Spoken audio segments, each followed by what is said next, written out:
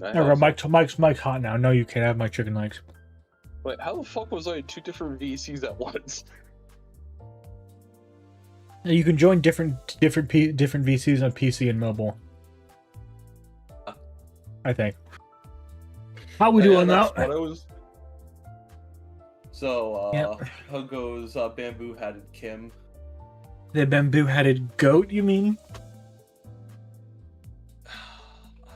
Hello there. Hello there. Hey, Hime, how's it going? How's it going? Hey, listen. Bamboo-headed Kim is my spirit animal, okay? Your spirit animal's a roid-rage fucking idiot? No, apparently when he's not distorting, he's a lazy piece. He's a lazy piece of crap, just like me. You're not a piece of shit, though. Hold on, I gotta. Let me go to the story. Is this I just guess- a side story? It's an intervallo, yeah. Look at this. Actually, you're not. I would need to screen share. I'm on your stream. Anyway, Just lay it down. that's him. That's how he's introduced in the intervallo. Wait, then why the fuck is there bamboo-hatted Kim on the other side, distorted? That's just his coding hat. That on the right is Mr. Bamboo-headed Kim. I see him. He's on the left. No. That's just his outfit. No. I see the lazy guy on the chair, but no, I see bamboo-hatted Hey, Kim rat! standing Oh, did I forget proudly next to his disciple. Of course, if that's what you want to believe, then sure. Anyway, Bamboo-headed Kim is my spirit animal. He's the goat. Hey, Sam. He does kind of look photoshopped in, but anyway, that's literally just that's just his like outfit. I understand. I'm making a joke. No, I know. I was talking to Emily. Hey, Sam, do you want me to change the entire fucking, like, vibe of me being on your stream? What does that mean? Look at your stream. Oh my god, he's facing the other direction now. I'm looking at you, Sam. Judging you. Nuh-uh. Are you gonna flip me? No. I was gonna move you to the other side of me. Go ahead, do that. And then you're just gonna flip back. Nah, I'm just gonna drink some alcohol. You play TF2 right now? I do still play TF2. Not playing it right now, but I could play it on Sunday. Uh-huh. Look at 1.0 Goose. The stuffed animal? The one that my nephew got me for my birthday, yeah. Anyway, photos. I don't know how much. Yeah, we still got a decent chunk of the interval left. No, just asking you to play.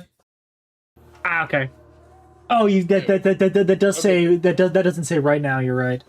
My apologies. I autofilled right now. But yeah, no, I still play TF2. Haven't played it like a week or so though. Sam, I believe you spent enough for a single month of college tuition on TF2 Man vs. Machine tickets. Oh, absolutely not. You know how expensive tuition is?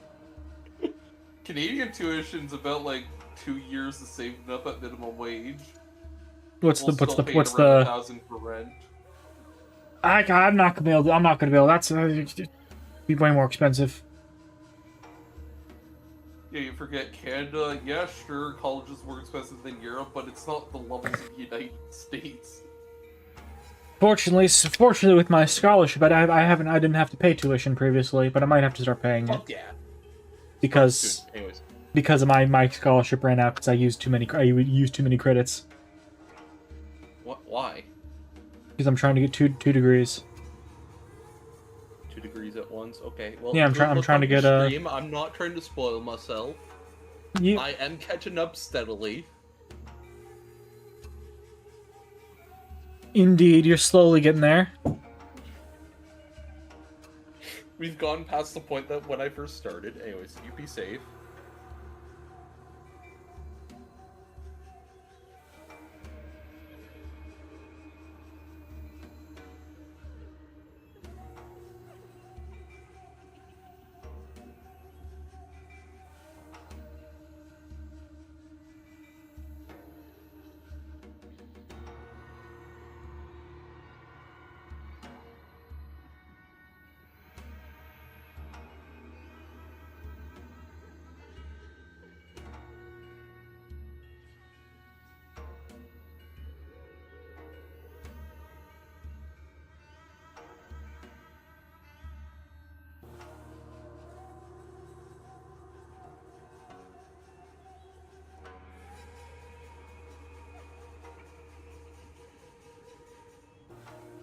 Sorry about that. Oh, hello.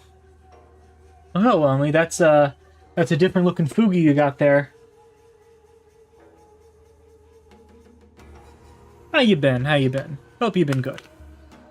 How do I check when I gave someone a roll? Where would that even be? I don't even know where that would be at. It works. Yes, it's working. Why would I just? I guess check the audit log. I've just. How do I? I guess I can turn off streamer mode. Yay! I guess I can turn off streamer mode. I'm not gonna be screen sharing Discord anyway. That's the main thing. I think that's the main thing that's for. Let me check.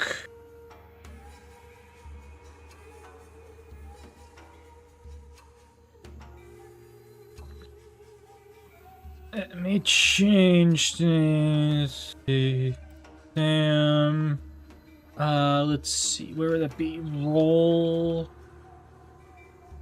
Or, update member role. Let's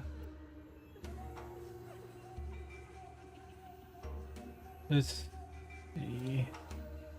Reppy. Roll. Up.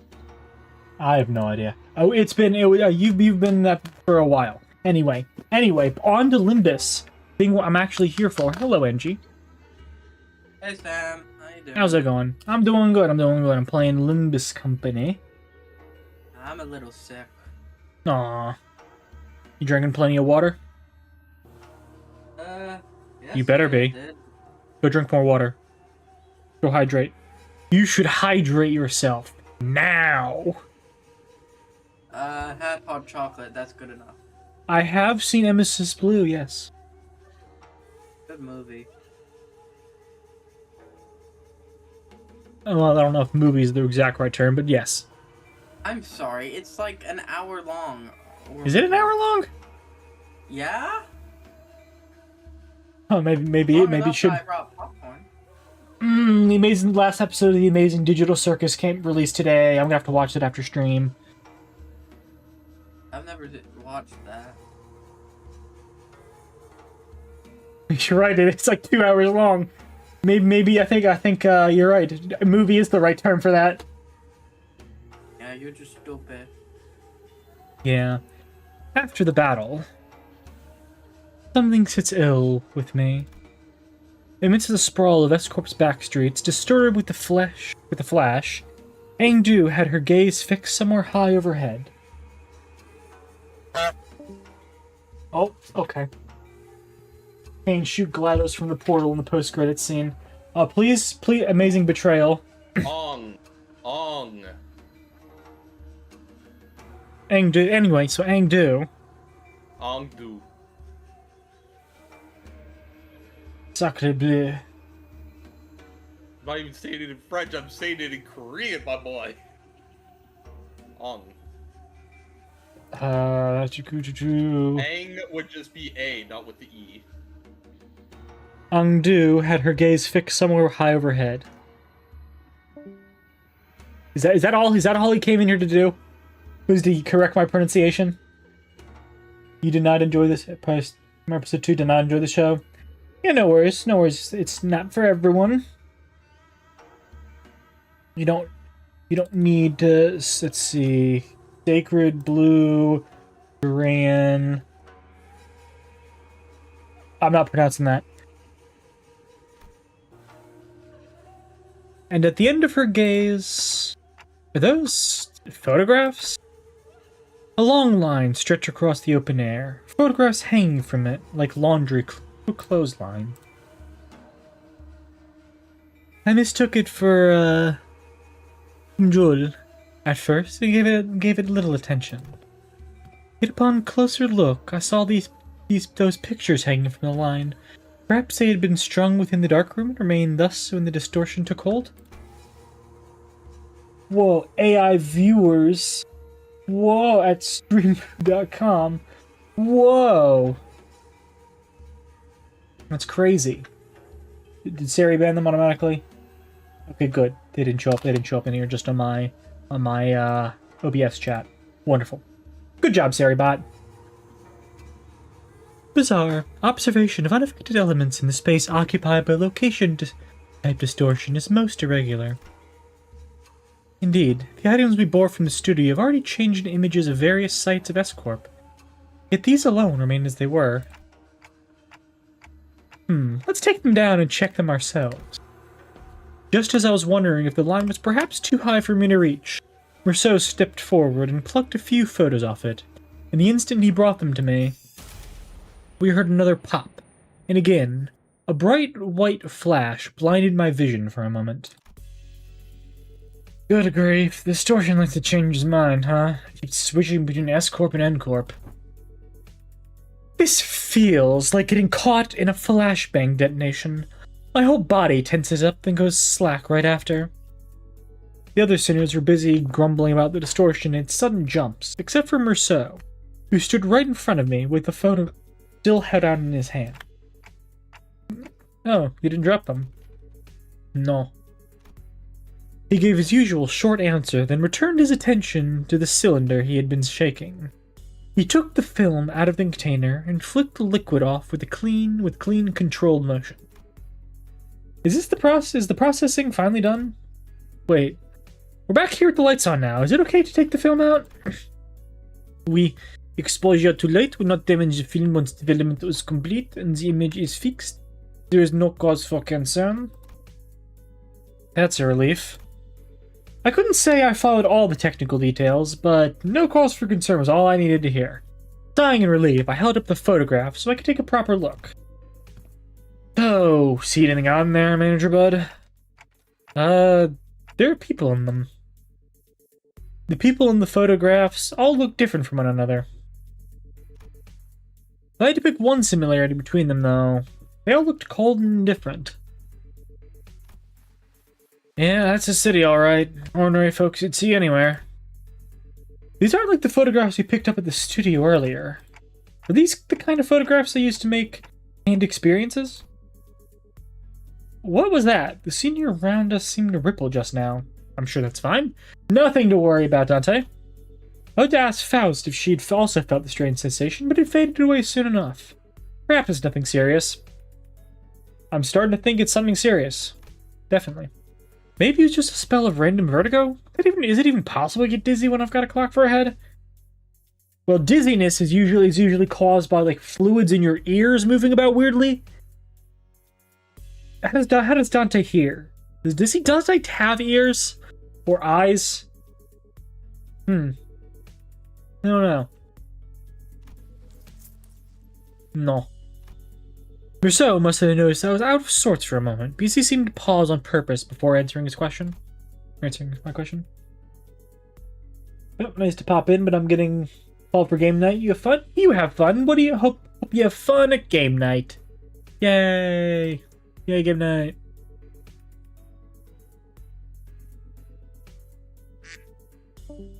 Crack. No? I thought you said docugraphers take these photographs to put into canon experiences. Raw ingredients for canned experiences are handled exclusively by the Grand Magazine Cifé. Grand Magazine Cifé.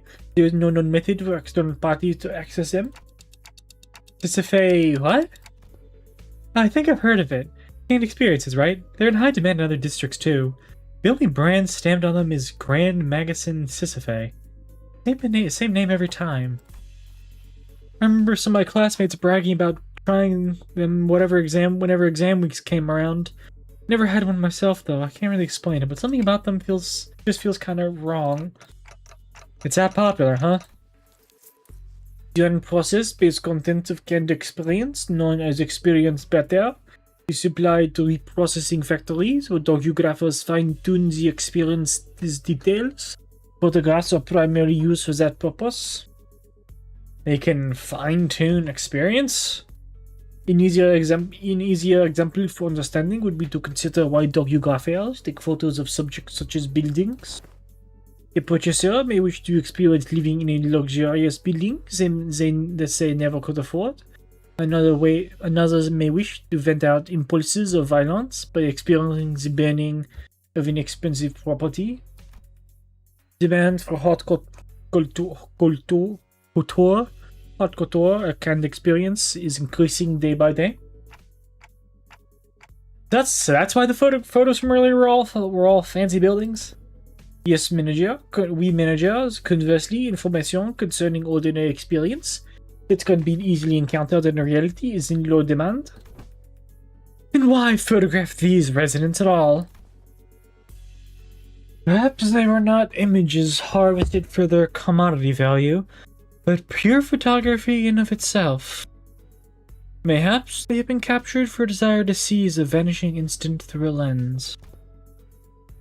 There are people who take photographs knowing they would cost an exorbitant sum. I have seen some before. A staggering amount of money just to take a single photo. That is, if they could even manage to find a photographer who'd take the risk and help them take the picture. I'm not so crass as to put a price on sentiment and nostalgia, but spending this much money on film rolls, what could have made this investment so worth it? I'd say maybe this isn't just a matter of sentiments or memories even. Leafing through the photographs, I quietly express my thoughts. Executive manager? I'm not exactly an authority on distortions, but I know they manifest through desires or emotions that become warped in bizarre ways. But everything the distortion has shown us so far points back to S-Corp. That is, the S-Corp from the past that only Kim and Ung-Do would have seen and remembered. These photos, though, they're completely untouched by distortion. Doesn't that feel off? There may be a strong fixation at play here, strong enough to slip past even a distortion. And if that obsession is something that refuses to let these memories be influenced, I think our next step should be to look for the people in these photos. These photos are the only undistorted, unaltered clues we have. Dante says it would be advisable to locate the people shown in these photographs. Oh, good idea. Team leader did say that we should accept input from the LCB with open arms.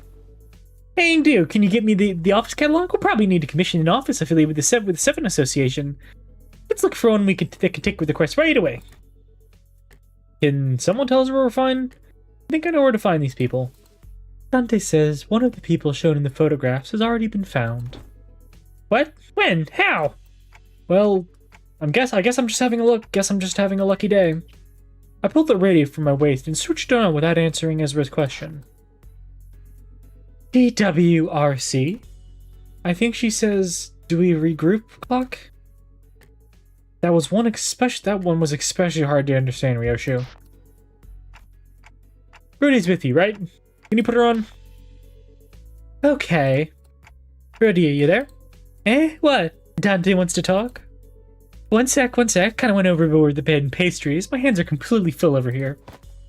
Pastries? What kind? Just one of everything. Neat. Can you bag an extra brioche and baguette for me too? Love the ones from that street. They're so good. Hold on, I gotta readjust the pile if I wanna... Just throw them on TF. They're packaged. Ryoshu, you can't treat food like that, Kay. Bakers have feelings too, you know. How do you think the baker would feel if they knew someone was treating their precious babies like trash? This scabbard is rattling in for no reason. Anyways, Dante, can you give me a sec? If you need, can you give me a sec? You need me to fight? I just need to cram these into my pockets real quick. No, it's not a fight. Huh? Then what is this about? No, yeah, there's a bake. One of the lady on the left is a lady. Person on the left is a baker. I took a closer look at the words written on the wicker basket that the first photograph Merceau had brought me. Where's that bakery you're at? Ooh, a baker. Wow.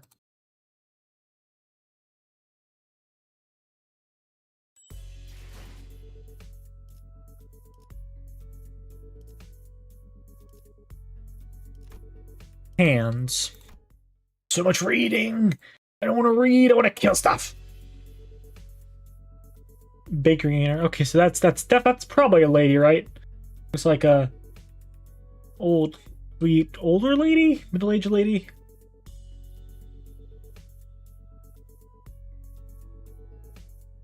I don't really know. I know who you're looking for.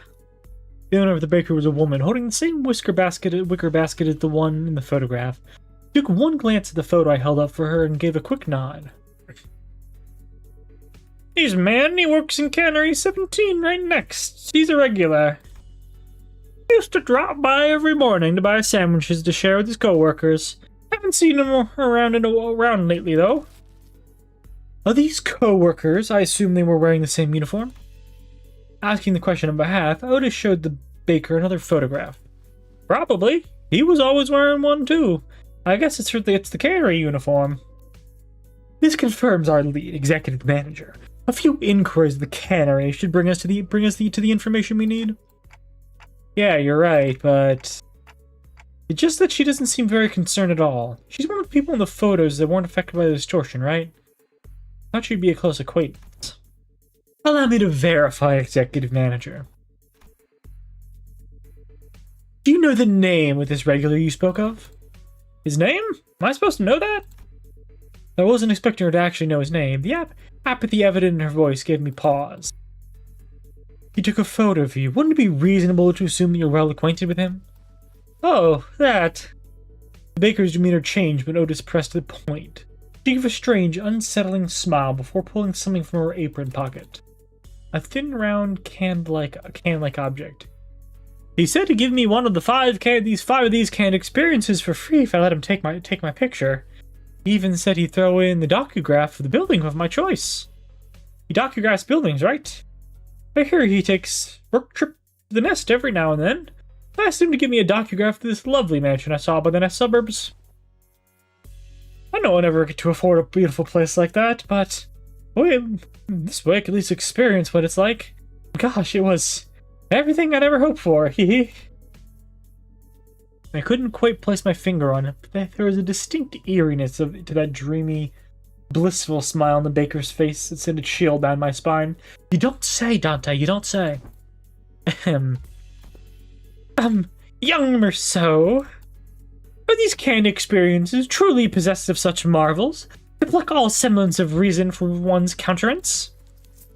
They maintain high demand across the city. District 14 is one of only several markets. Does that mean that those who indulge in canned experiences may experience venturing on an expedition to the Great Lake? And bungee jumping off the summit of that skyscraper yonder, they remain seated where they are? They may, however. Oh, a magic can, allowing one to pursue any dream the heart may conceive. Verily, I confess mine own soul is much tempted. He fails from pursuing a dream. Oh, he's angry. Mass-produced canned experiences are made from base experience matter mixed with various modified information. The resulting end product enables intense stimulation to altered memory. Therefore, it is unlike the dream expressed by Don Quixote. A piece of memory refined along the numerous processing stages of the cannery's production lines is not equivalent to genuine experience, meaning the usage of experience in a previous statement must be amended. Memories are altered for intense stimulation. It does sound quite shady. How doth this cast a shade upon the boons granted by the can? Adventures and tales are, forsooth, inclined toward a little grandeur. It is because the memories provided by Ken's experiences are extremely vivid. Statistics have shown that users of cans interpret them as authentic experiences and become dependent on them. A possible cause of the formation of dependent patterns is that the canned experiences allow one to feel as if one has achieved a dream that in reality impossible. Art thou implying that users have made content with devouring forged dreams stored in instant use cans? Worse still, the user may no longer strive to chase dreams in the waking world.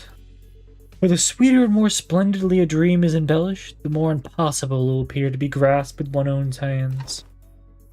To become a cause for surrender instead of inciting one to march forth, verily doth it annul the significance of dreaming itself. If the resultant dream rouseth not the spirit to gallop forward toward it, whenever that annuls its significance, I cannot know. But they sell well. So, how much will you be buying? Buy what? You came bargaining with all these questions. I was patient enough to answer them politely, wasn't it? Wasn't I? Don't you think you owe me a sale or two? You're not about to leave without buying a single loaf after crowding up my bakery and scared off my customers, are you? Her case was on point, actually. With our whole group gathered around, the passerby gave us a wide berth and hurried on, whispering among themselves. Nobody was about to come in and buy bread like that. Fine, lady, I practically cleared your shelf already, didn't I? You did what? Where the hell are you keeping all that? All that then? Do you even want to ask? Of course, I had some already, and the rest is safely tucked in my coat pockets, so we can all share later. So you already ate some. Let's buy a little more. It's true we scared off the other customers. Understood. Given that the expense is made to facilitate its operation, the lack of prior budgeting should not pose a problem. Oh, nice. Sesame rice bun for me, please. Oh, nice. Sesame rice bun for me, please. It was Kim. He really did have a knack for making an entrance at the least expected moments. Hey, mister, where have you been this whole time? Wait. Be cross with me all you like, but just give me a moment. Ezra paused, waiting in puzzled anticipation. Only for Kim to take a sesame rice bun from the baker's hands and chomp on it. Alright, I'm ready. Freaking waste of bread. Ezra's angry fist drove straight into Kim's solar plexus, folding him to the ground like a crumpled sack of potatoes as he rolled away. And then, how dare you hurt the big-headed goat? At this rate, the owner might start charging us for the whole bakery next, roof and all. Best get away from here. Manager? Rousseau approached me as we walked down the street. Ezra and Kim still squabbling behind us. He was holding a roll of something brown and tightly coiled. I completed the development of the film, per your instruction. Oh, so is this the film? Is the film in that canister you were shaking? Do I just unroll it? Hold it against the sun or another source of light. As it is reversal film, the image should be visible as if they were photographed. I had no idea what a reversal film meant, but I did he say it as he unrolled the film. Okay, I can see it. Huh, that's pretty cool. Now, is it showing? Can I see too? Move over a bit. Let me have a look too. It was hard to make out the details because the images were too small, but I could still tell the strip was packed with almost identical pictures. Is this the same person every shot? In the same pose in all of them? Huh, you're right. No? Wait a second. See the arm right there? The further along the strip you go, the lower it gets. Yeah, and the head looks like it's turning to the right. Huh? We were all squinting up at the tiny frames of the film when Sinclair suddenly flinched and went stiff like he'd seen something he shouldn't have. A second later, all color drained out of his face. Sinclair, what's the matter? This reminds you of something I learned in school. You draw a picture in the corner of a stack of notes or a thick book. It's the exact same spot on every page. You stare at it with the arms down, then you make one small change in each page. Nudge your arms higher and higher until they're raised all the way up. And when you flip the pages fast enough, the drawings stop looking like separate images. The still figure starts moving. I mean, that's exactly how film works. Yes, Sinclair.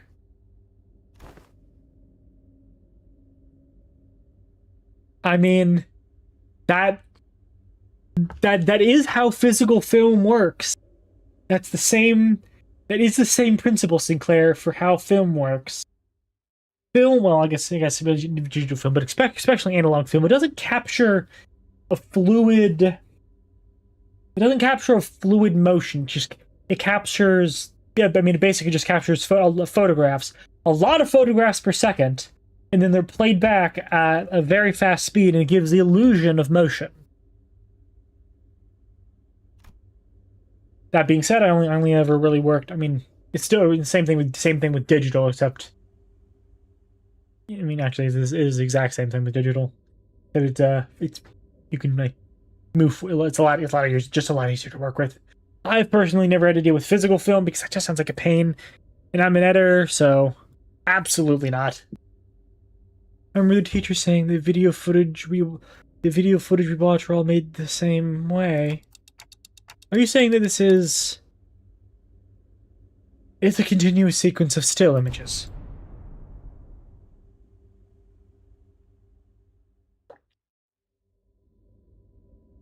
Oh, that's probably why Incorp's after them. The arrangement of the frame suggests this film strip is highly likely to constitute footage. That's why they freaked out. A violation of Incorp's taboo. That's why Sinclair was freaked out. Because it's footage, and we're in Incorp's district. Recording, I guess photographs are fine, but other recordings are very illegal. Huh.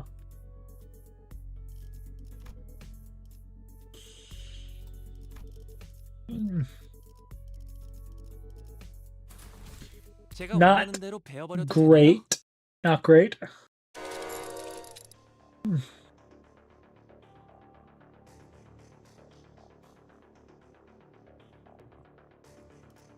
Oh crap.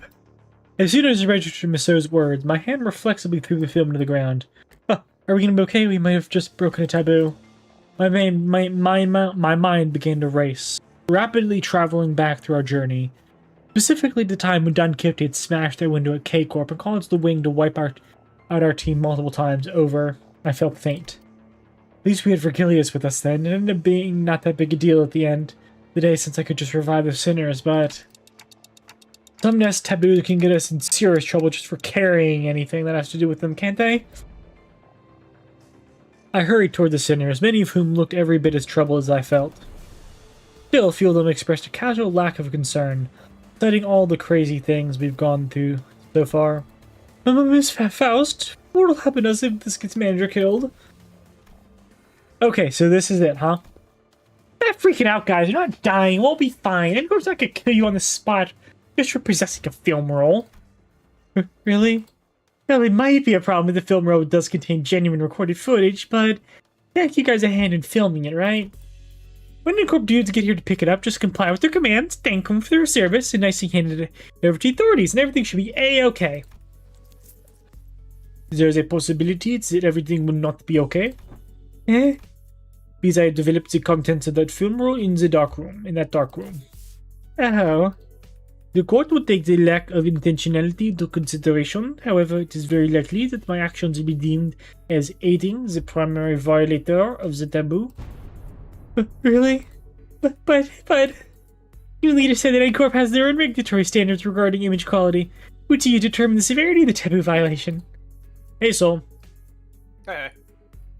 I can't believe we've reached the taboo.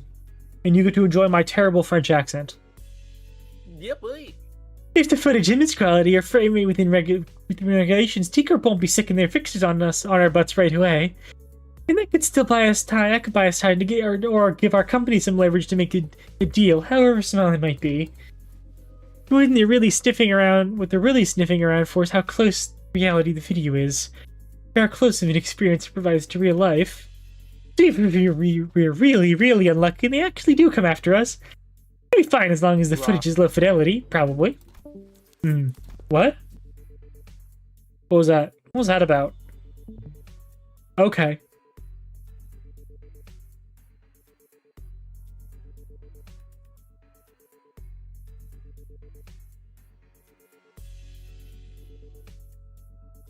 Heck was that about?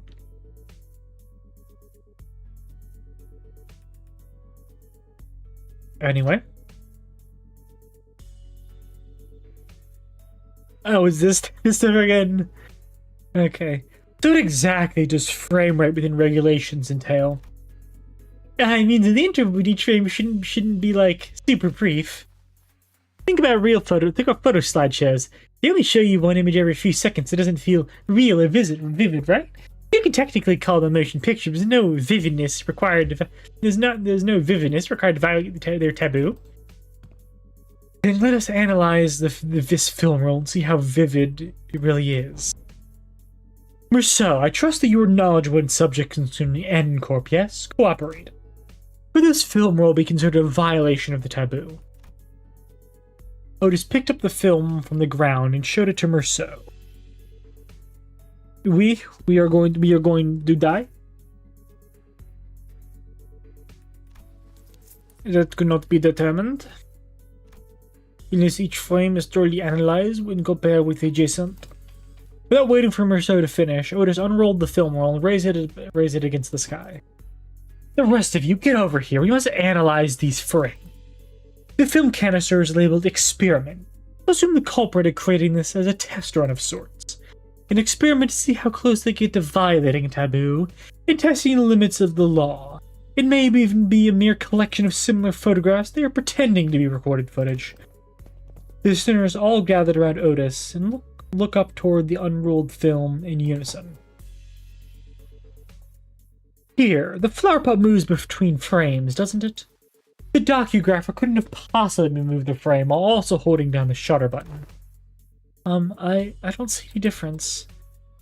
See here, the expression risen on the subject's visage appears rather stiff. Maybe they're just a gloomy sort? Perhaps yet observe closer. The stiffness arises not from gloom, but from strain to maintain it. Oh, so that's the case. Maybe the subject really is trying to fake an actual footage by moving very, very slowly. That's a pretty convincing theory, but I'm not sure if it's enough to conclude that we're in the clear just yet. That's when bamboo-headed Kim, who had been sprawled on the ground ever since Ezra punched him, stepped into the conversation. Let's see. Look at the shadow cast in the windowsill. See how noticeably it shifts between frames?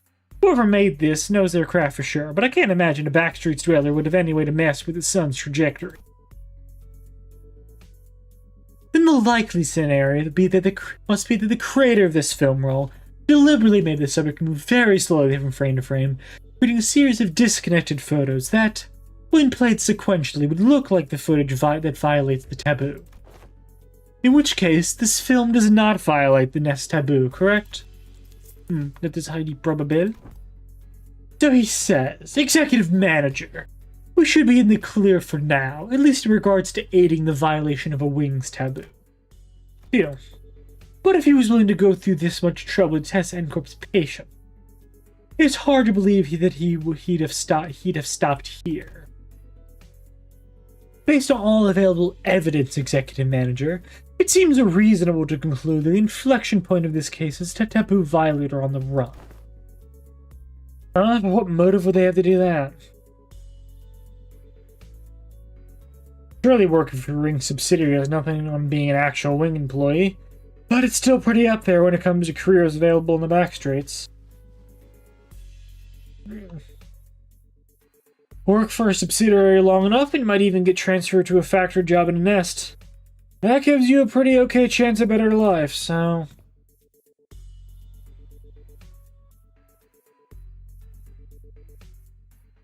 Maybe he was just tired of living that kind of life?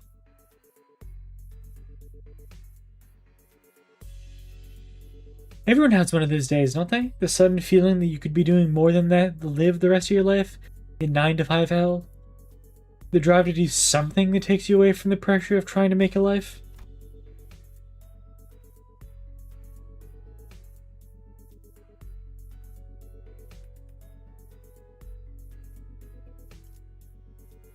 Something what Ishmael said must have tickled bamboo-hatted Kim. He suddenly whipped around toward her and shook his head. Maybe, but how many of those people do you think are capable of throwing away everything they built on a whim? From what I've seen, maybe our culprit just likes to play with fire. Play with fire? Yeah, must have started doing something about that. Something that technically doesn't count as taboo. And each on and on until he brushed thrillingly close to one. I'm gonna get some water real quick. On one hand, on one thrilling shot through this camera, another with the next.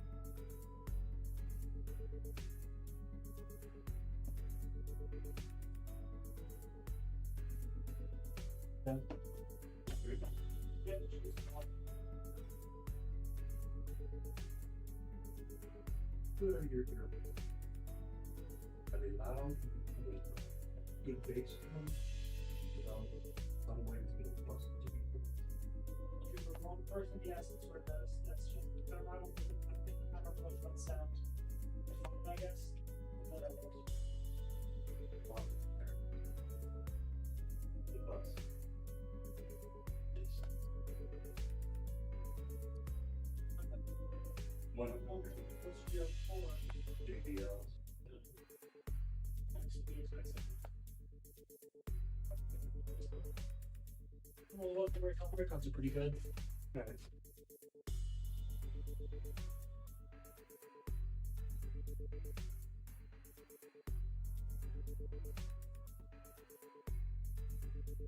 Sorry about that. Back now. Until eventually he ended up recording actual footage.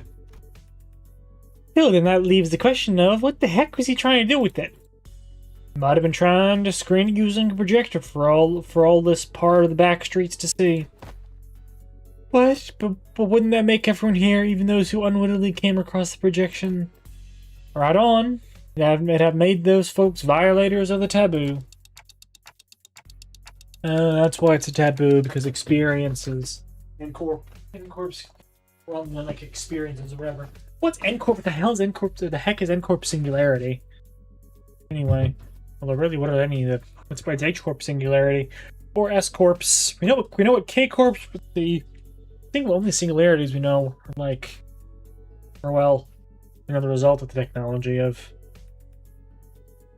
See, I guess H-Corp, where's an H-Corp singularity? Wasn't it like the boluses?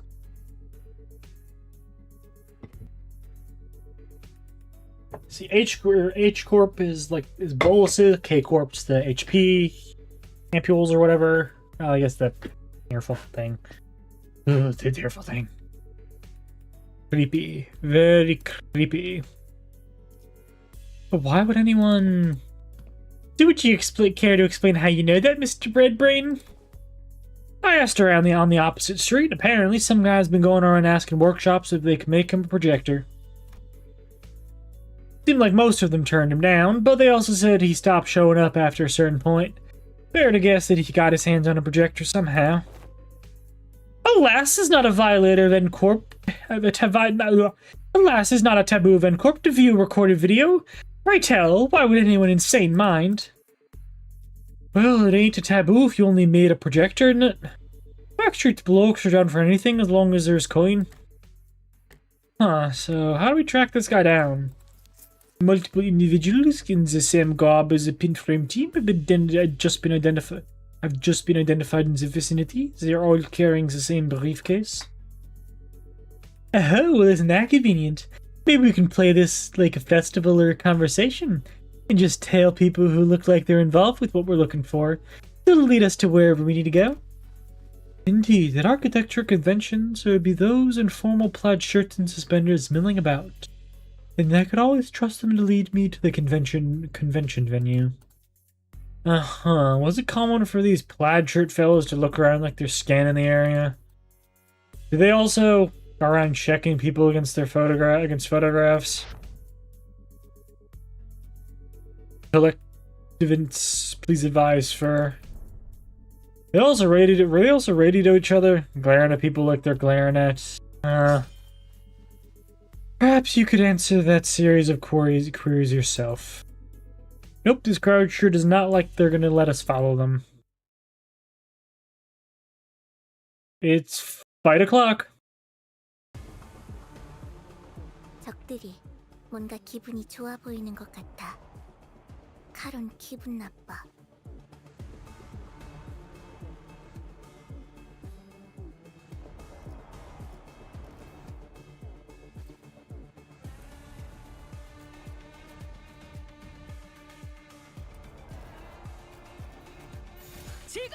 Win right time. 아름다운 것. 그렇지 않은 것. 방금 공격. 다음에 다른 개체에게도 다시 해봐줄래? 영상으로 남기면 다른 직원에게도 도움이 될지도 몰라. 40. 먹칠. 괜찮은 공격이네요. 앞으로도 Ezra's here. 해주세요. No, I'm not complaining about extra, but Ezra being here because I like Ezra, and it's also like in another unit.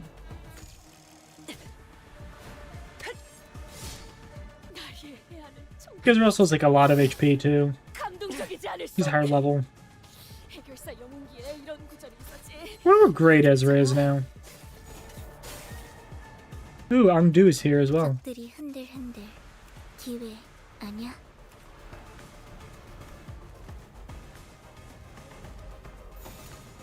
즐겁겠군. 하나, 둘, 박살.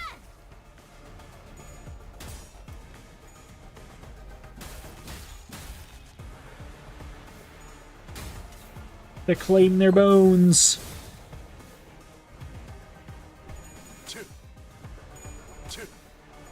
Yield the flesh, claim bone. Yield flesh, claim bones. Easy as. 볼일이 방금 뭘 본 것인가? 확실하게 갈라지는 감각이었네.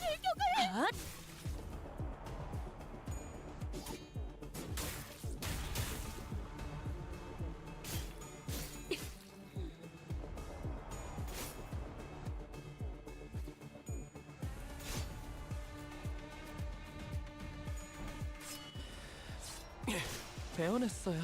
대성공이야. 카론 신나. 노래 부를까? Alice Workshop Acceleration Punch. Screw Atelier. Huh. Nestor Workshop. Urea Atelier. Let's go. Special handmade golden retriever exclusive axe. Is Ezra the golden retriever? That makes sense. He is very golden retriever pilled. I'd like to think I am too, but that's not discussion I want to have. I don't know. I don't know what I'm talking about. With that,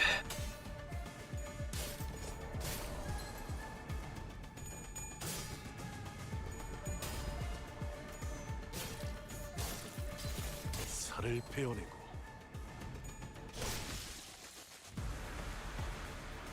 여관에 가면 또 한참을 떠들 시간. 벤다면 사월을 건너 바리에게 해줄 이야기가 또 늘었군요. 흐드러지게.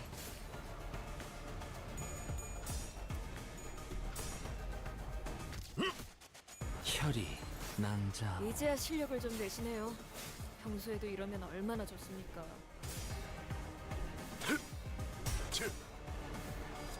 육참 승객이 딱콩 한 방 먹였어.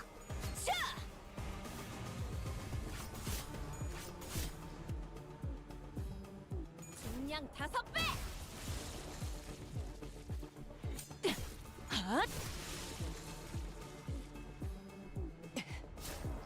침착한 결과입니다. 우와, 카론도 깜짝.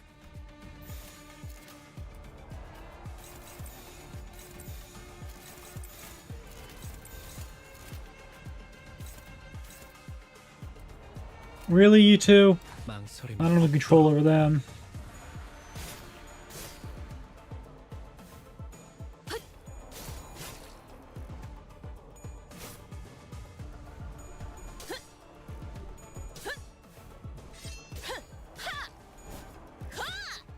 원더풀한 선택이었어, 나리!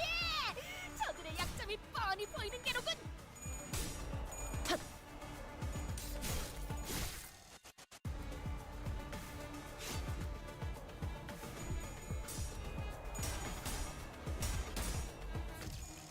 you have 0 SP? 저기는 땅에 떨어졌네. 벤담 이제 우리를 사활을 누가 건다. 막겠는가? That is a big axe. 이 정도로 나와 공을 맞대?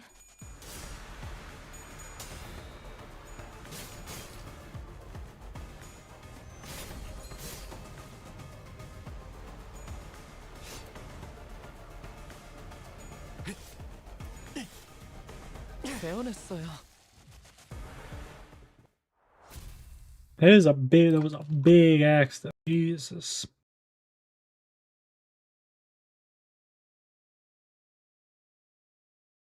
승부수가 먹혀들었군. 판세는 완벽히 우리에게 있었다. 정착지를 찾을 때까지 이 기세를 잃지 않기를.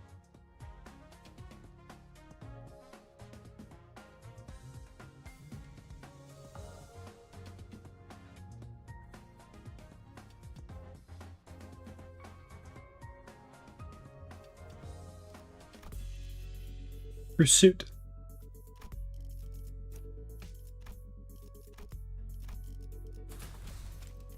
제가 원하는 대로 배워버려도 되나요? I'm actually gonna add that because the load tech is strong, though I don't think 정보팀에서 준 I don't think this team is that great at getting fluid tech anyway. 침착하게 대응하면 괜찮을 거예요, 강사님.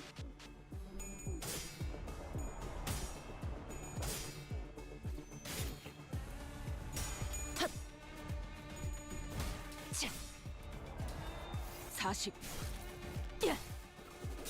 먹지. 괜찮은 공격이네요. 앞으로도 그렇게만 해주세요. 히리리.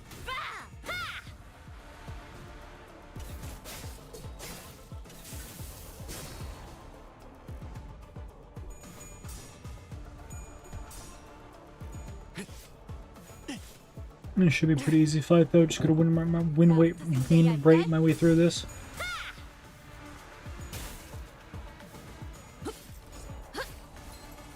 Be easy. 혈이 낭자. 승객이 딱콩 한 방 먹였어.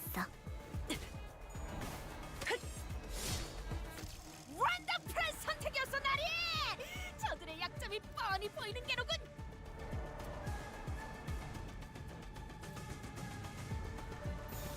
벤담은 사활을 건다. 아름다운 것. 그렇지 않은 것.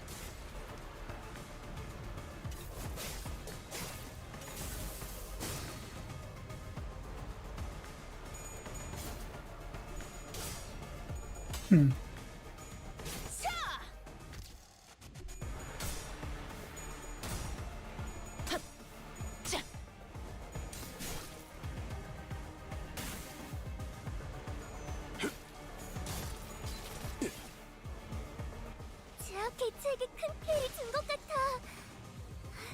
교육팀의 직원다운 완벽한 벤담은 공격이었어. 사활을 건다.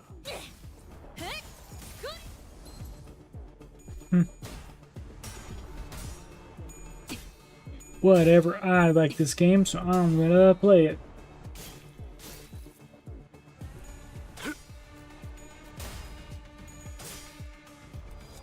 육차 살을 베어내고 약점을 잘 노리셨습니다. 이제 해결사의 전투법도 익숙해지셨네요.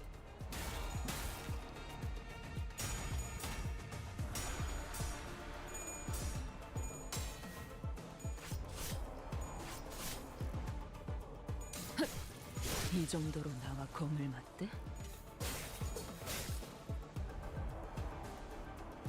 저기는 땅에 떨어졌네. 이제 우리를 누가 막겠는가?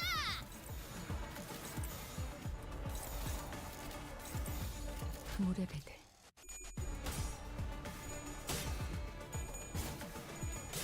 Good job, Faust.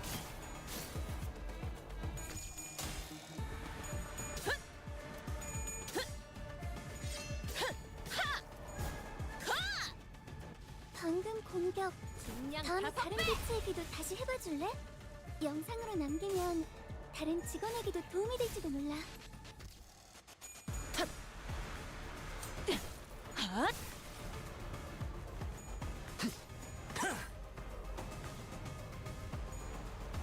침착한 결과입니다. That's good. 직원들이 개체를 제압하는 데 They 성공해서 just keep reading, so I don't have to think, because thinking is hard. I don't want to have to read to win. It's just that easy.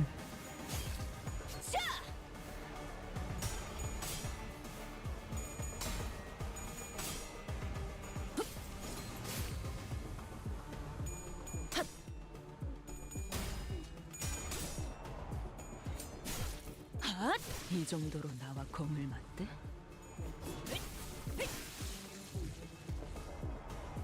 지긋지긋한 전투가 드디어 하나 끝났네요. 즐겁겠군.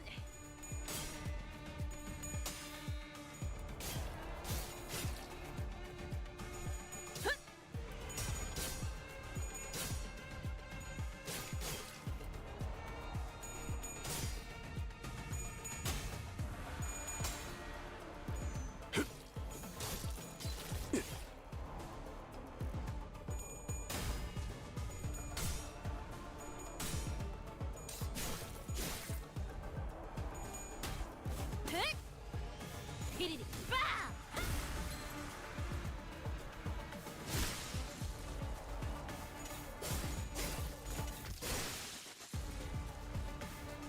직원들이 개체를 제압하는 I think these are the last 4 guys, though, so. 많은 피해를 예방할 수 있을 거예요. 하나, 둘, 학살! Looks like a toy hammer. Huh.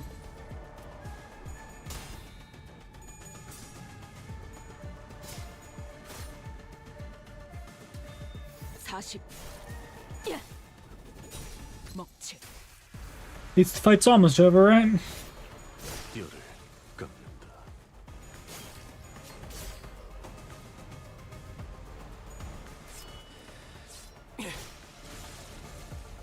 상담에서 알려준 대로 잘했어. 역시 갑니다. 상담 프로그램을 진행한 건 잘한 일이야. Get him, Ezra. That's a hammer with a screw on it. I mean, I guess it works.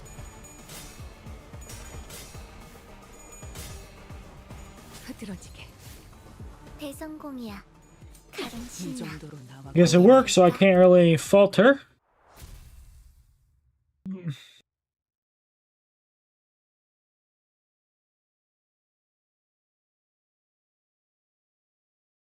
싱겁네요.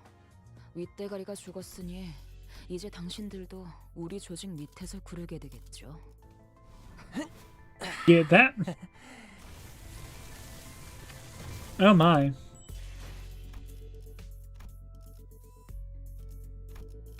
Now, how much would he give?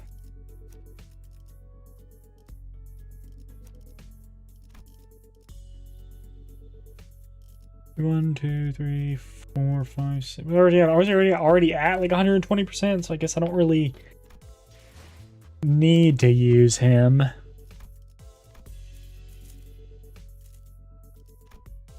Let's see.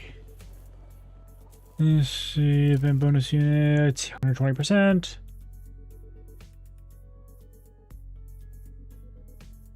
Not rolling for that.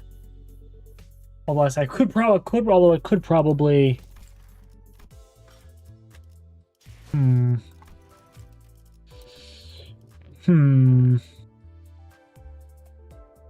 That ego does look pretty cool, though.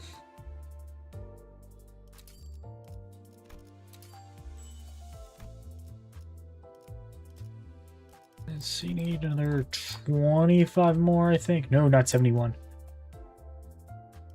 I think I need about 25 more to get the last 50. Ah, unlucky.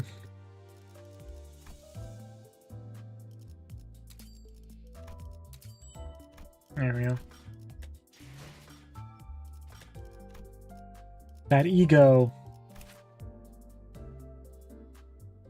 is something. 망월 참음.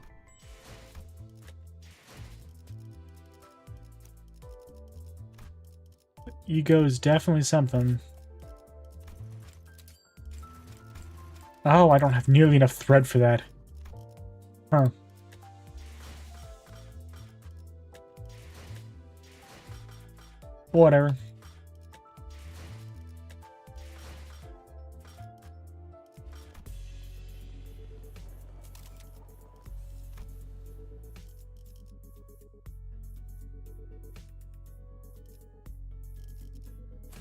그대, 이 검이 필요하오. I guess now I really don't really need to use some of those blazing units because they're kind of bad, but...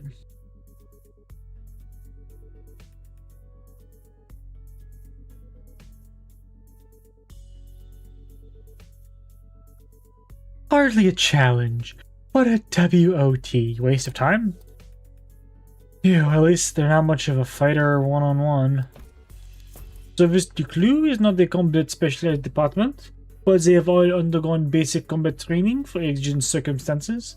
They are not prepared for a heads-on conflict such as this. Yeah, I noticed. They kept taking pictures of us with their briefcases. Guess that's their primary job description. Oof. What are they snapping away for then? Whispering behind our backs like a load of creeps. Collecting photographs to include in the report for their higher-ups, I'd wager? I can kind of see how they could think we were involved in this somehow. Every time they followed a lead, they ended up encountering us. It's hardly a surprising rationale. Rousseau stood a footstep away from the rest of the sinners and watched in silence as they tried to come up with an explanation. What is he thinking? What is it that he wished to say? Or is he simply contemplating, observing without any preconceived notions in his mind? His silence shouldn't have been any different from his usual reticence, but as though by some chance or whim... Hey, Rousseau? I was struck by a sense of brief. Hi, Elio. How's it going? Hope you're doing better. Hi. Hope you're doing okay. I was struck by the sense of brief yet distinct strangeness as I was compelled to speak with him. That's good, that's good. Yes, manager? Hey, without throwing up, that's good, that's good. Don't hesitate to let me know if there's something you want to say, but aren't sure if you're supposed to say it.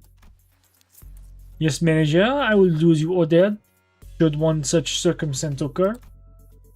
As always, his reply was as deflatingly concise and direct. As though he had some rule of his own that told him that this was the specific response for situations like this. Okay, but I'm talking about right now, actually. Do you have anything to say right now? No, I do not. Glad you're able to eat something. It did not appear to me that he was trying to hide anything or choosing his words in response to my question. His reply was simply that, an answer, nothing more. You have something to say? Go ahead, go ahead.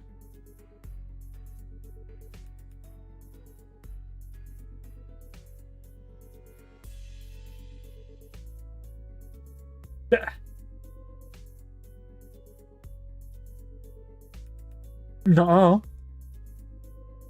Nuh-uh. I don't know what you're talking about. Yes, prepared answer written down in a list of responses. That's what it felt like to me. As though this particular answer had always been the only one he had available for situations like this.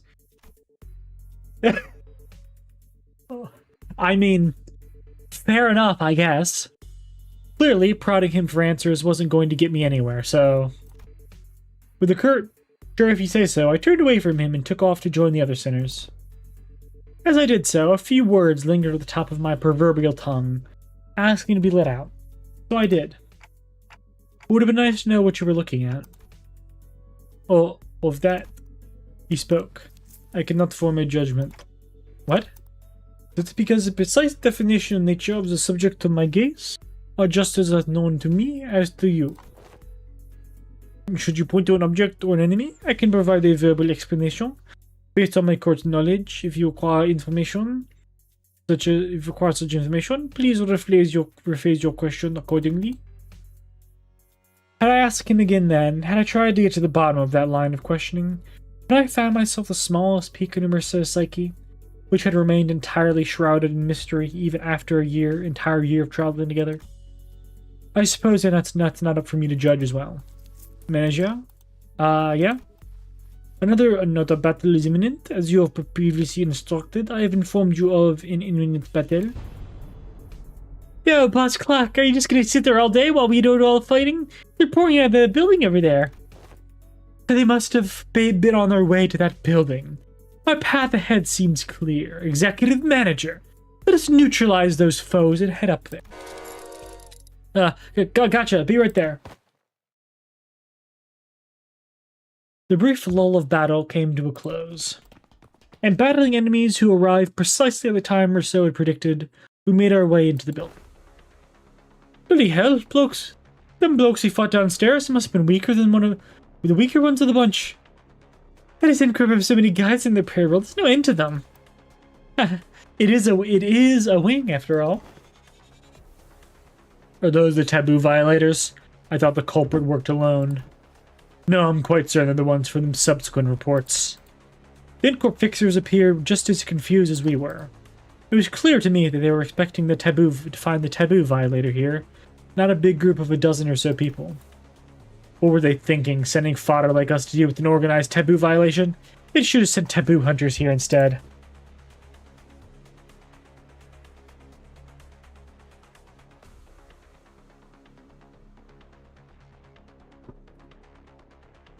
Why do you think they told us to consume canned experience in mass melee combat?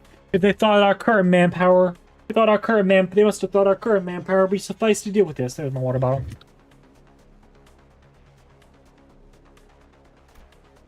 I don't know about that.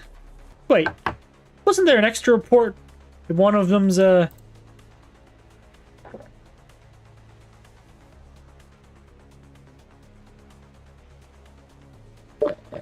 All of a sudden, the room began to buzz with the metallic whir of some kind of machinery. And immediately I could tell what it was. Distortion. Sitting in the middle of this shabby room was a device I wasn't sure I'd seen before. Its exterior was plastered with strange shapes that looked similar to what we saw on the Junokokun's faces in our earlier battles, making it difficult to grasp its full shape. The round object affixed to it began to rotate slowly with the dull, worn-out groan of a thing past its prime. Then, shield your eyes! The moment began to emit a faint ray of light. Otis thundered in a commanding voice. I quickly turned away as well, making sure not to catch even a glimpse of it.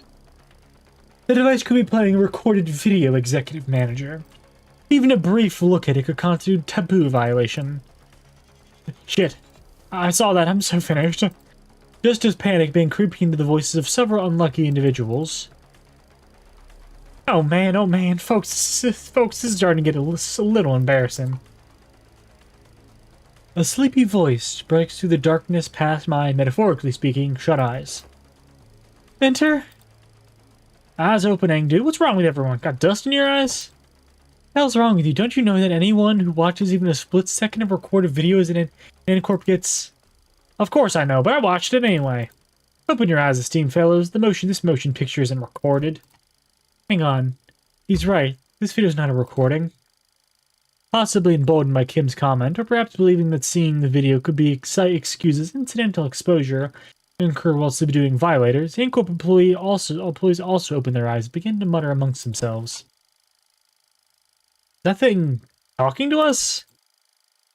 I finally allowed myself a good look at the machine, which was firing a conical beam of light against the side of a wall. And this was its message, delivered via white words on a black background. So you've tracked me down this far. After what I went through to take refuge in here, they still ended up finding this place. All of you blindly consuming fake experience after fake experience. I don't even care if about the real thing. Case number TC Tango Charlie 3224. You are under suspicion of a Category 3 violation. Reveal yourselves now and forfeit your legal recordings. Should you comply, we will... What is foolery but witless buffoonery in the absence of fools? A hallowed vessel bereft of all but lingering delusions, grants not even a brool of echo to the dog exhortation of tools. What's this fellow on about? You mean to obstruct our official duties, we won't hesitate to use force. Without even so much as turning around, Bamboo Head Kim raised his sword and parried away the N-Corp employee's nail-shaped weapon. I'm only speaking as my whim guides me, my dear fellows. No need to get so huffy. I only aim to say this abomination has no consciousness.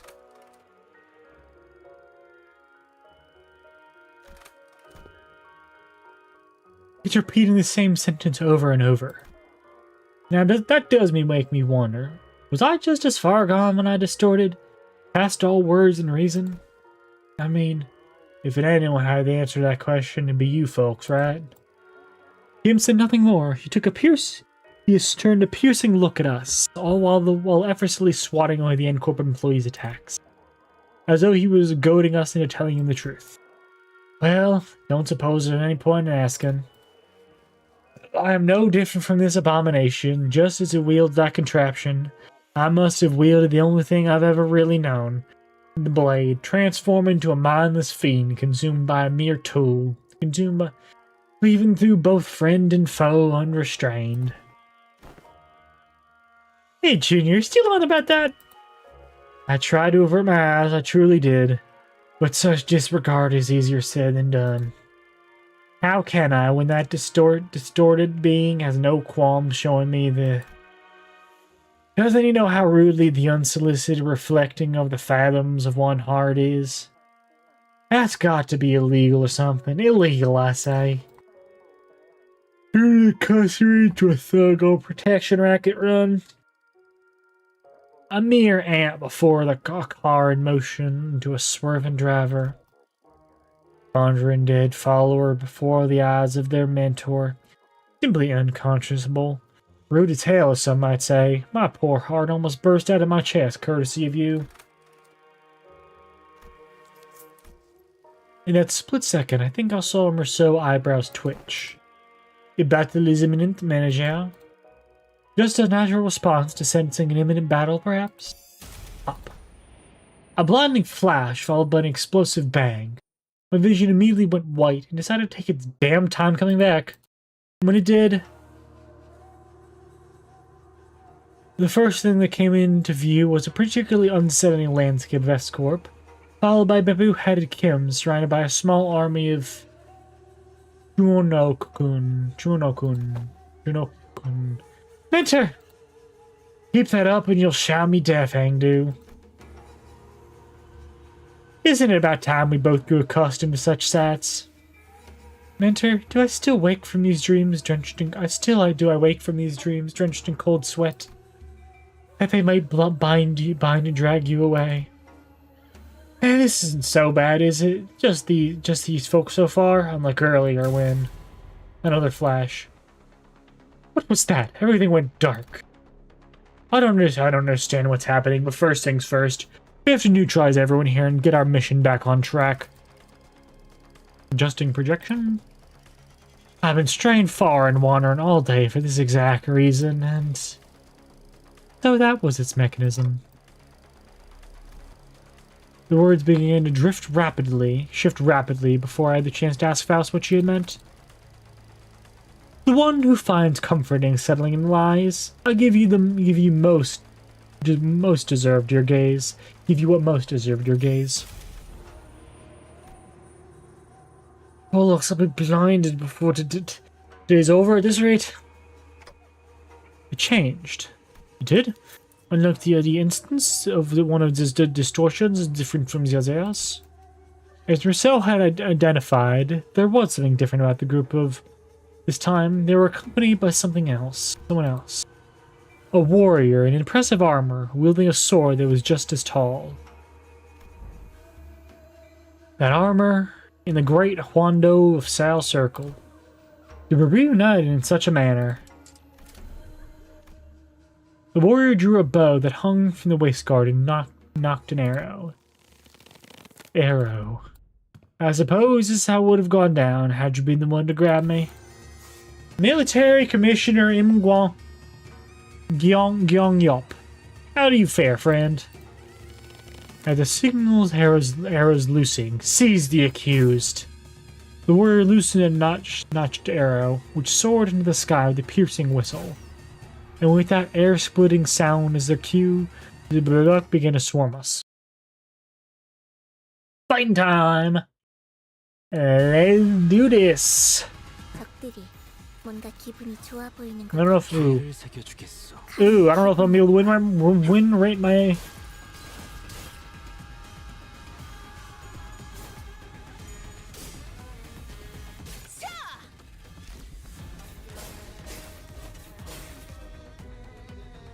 다소 펀치. 헥!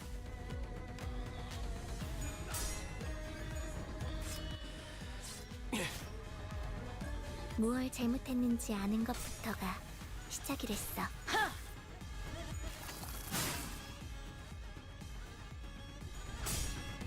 아름다운 것. 헛! 그렇지 않은 것. Yeah, probably not gonna be able to win right my way through this because that's good. That looks to be one tough customer.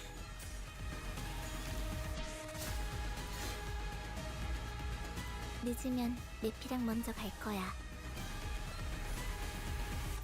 Just 3 pride. 죄를 새겨주겠어.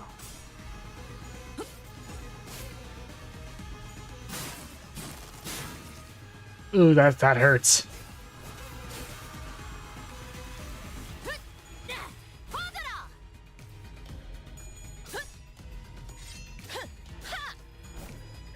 And am I going to read any of her step passives or whatever? Absolutely not. Am I going to revert that? Probably.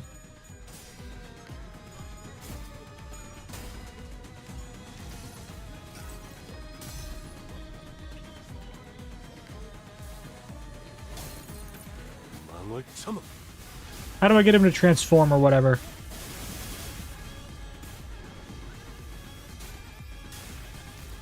숨을 거두리라. 승객이 딱콩 한 방 먹였어. Can I get him to transform? Is that the passives? I'll have to read that. Exactly how to get him to. Or am I just misunderstanding?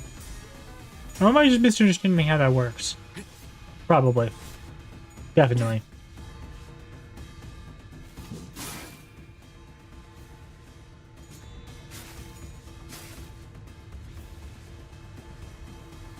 요즘 고민거리는 없어? Oh no, he's definitely different now.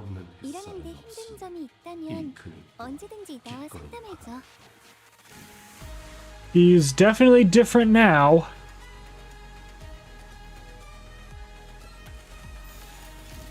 갑니다.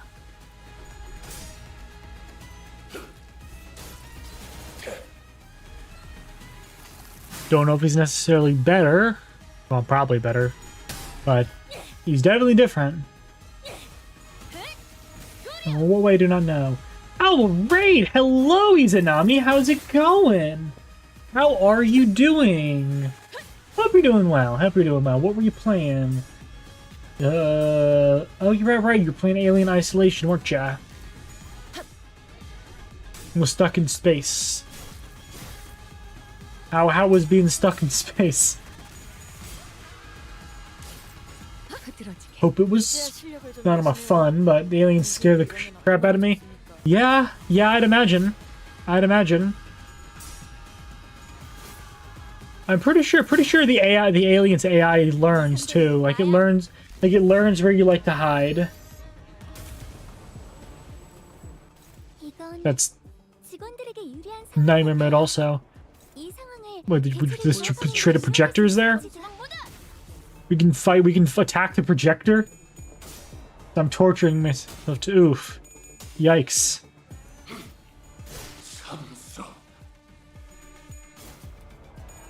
Well, I hope you're at least enjoying it. Sort of.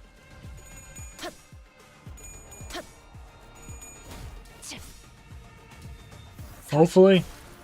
이 정도로 나와 공을 맞대? 방금 공격 다음에 다른 개체에게도 다시 해봐줄래? 영상으로 남기면 다른 직원에게도 도움이 될지도. 제약 개체에게 큰 피해를 준 것 같아. Okay, so I guess we're just attacking the projector now, huh? Neighbor makes where I have no map, no scanner, very limited supplies. Oh, and it's been fun considering it's my first playthrough. Well, at least you're enjoying it. That's the important part, right?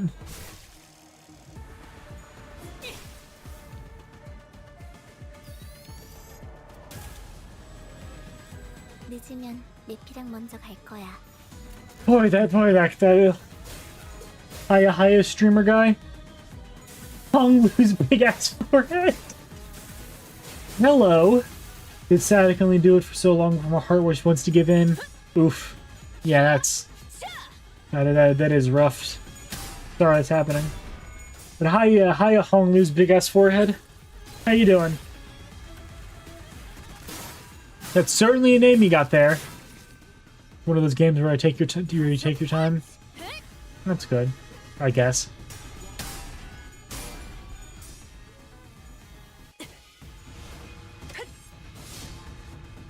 This is gonna take a while. 잘했어.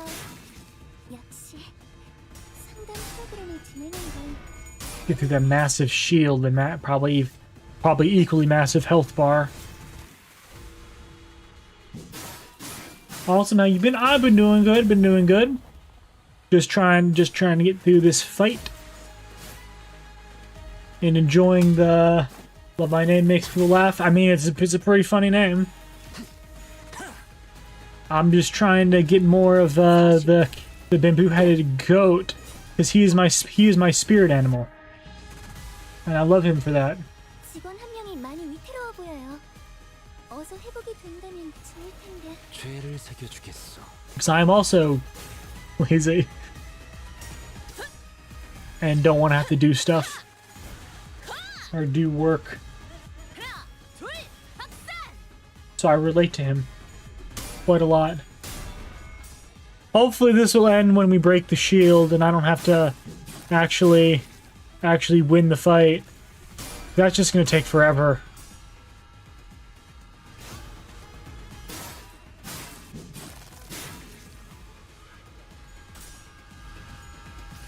Take friggin' forever. I tell you what. 나만의 항해 방식. And I don't wanna do this entire fight. It's kind of a pain. Hope you do well and win eventually. Yeah, so do I.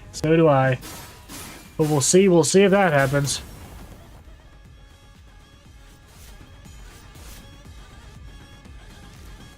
요즘 고민거리는 And this doesn't really seem too hard, just 힘든 점이 있다면 really long.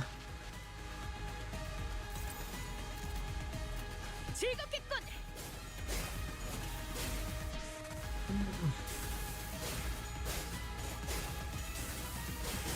I mean, we got Ezra here too, Ezra and Engdu, so I can't imagine we'll lose.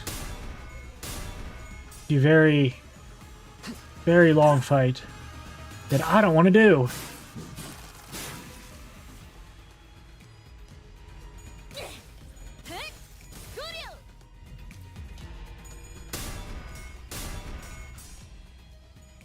That's a big health bar. Screw that.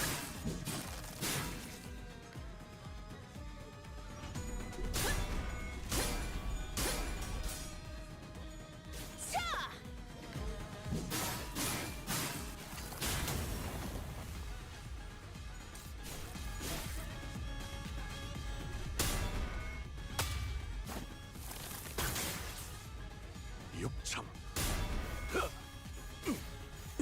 골단. Yay, bones reclaimed. 나의 해안은 정말이지. 감동적이지 않을 수 없네. 해결사 영웅기에 이런 구절이 있었지. 어디 보자. 두려움을 모르는 건 나쁘지 않습니다만. I guess we're just fighting another round of the End Corp. These End Corp idiots. 망설임이 없도록.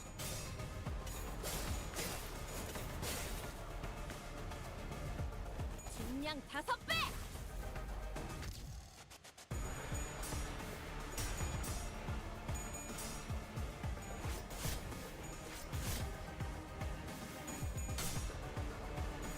Really need a fluid sac though.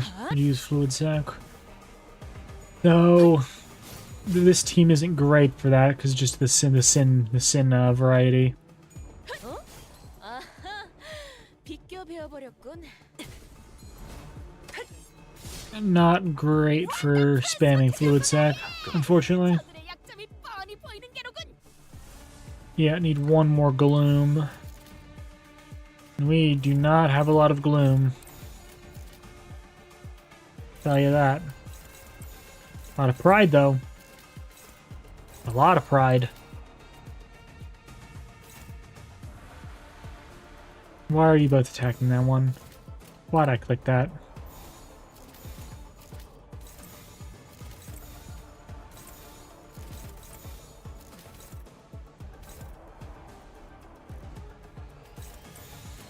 갑니다.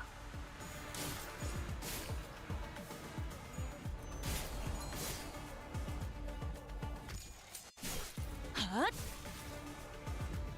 전공 모드.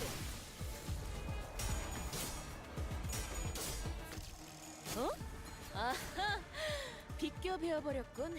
흉터의 결과요. 침착한 결과입니다.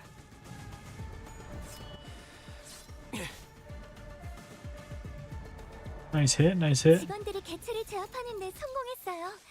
이걸로 많은 피해를 예방할 수 있을 거예요. 물러서지 않겠습니다.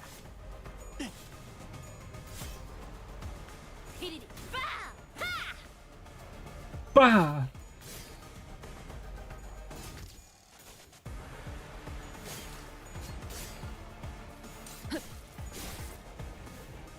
아름다운 것. 그렇지 않은 것.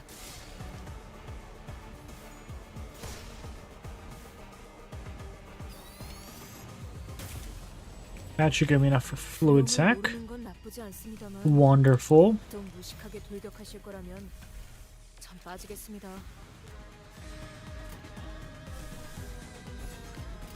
뺀다면 사활을 건다. Definitely gonna be using that. 하나, 둘, 박살! Hopefully the fight ends when her shield gets broken. Because the aforementioned giant health bar I'll have to get through. I don't want to do that. 핫! That'd be kind of annoying.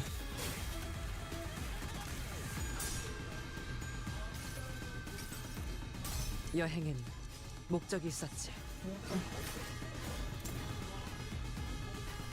약점을 잘 노리셨습니다. 이제 해결사의 전투법도 익숙해지셨네요. Why is Merceau just bleeding to death? 이 전투는 승리할 거예요.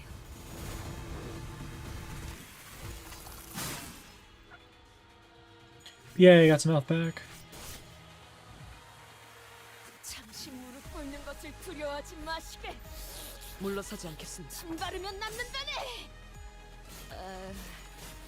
이건 좀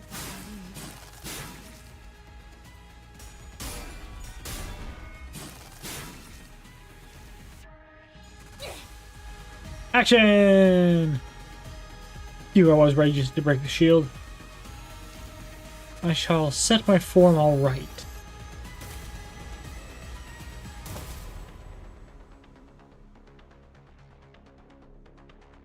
Just a little more, and I think we might be able to smash that dang thing smithereens, but yeah, it's really hard to focus on one thing with a huge warrior zapping in and out of reality as soon as we make ourselves an opening. It'd make our lives a whole lot easier if we could just get rid of one of them. The battle seemed to be taking a toll on the sinners, more so than usual. It wasn't that we were up against an insurmountable foe, not even close, not to mention how Ezra and Engdu were here to help us out, but really, haven't they had enough? About time they gave up, isn't it? Sekiu special. Oh, it's not for Sekiu, it's not for you, it's only for Sekiu.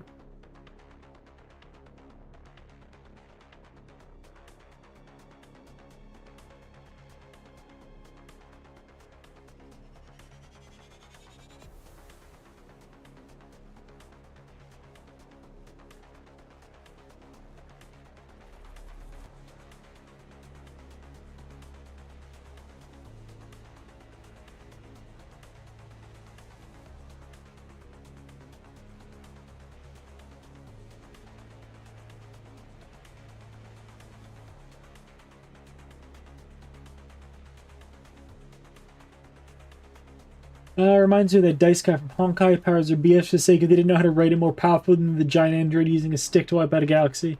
I'm doing well.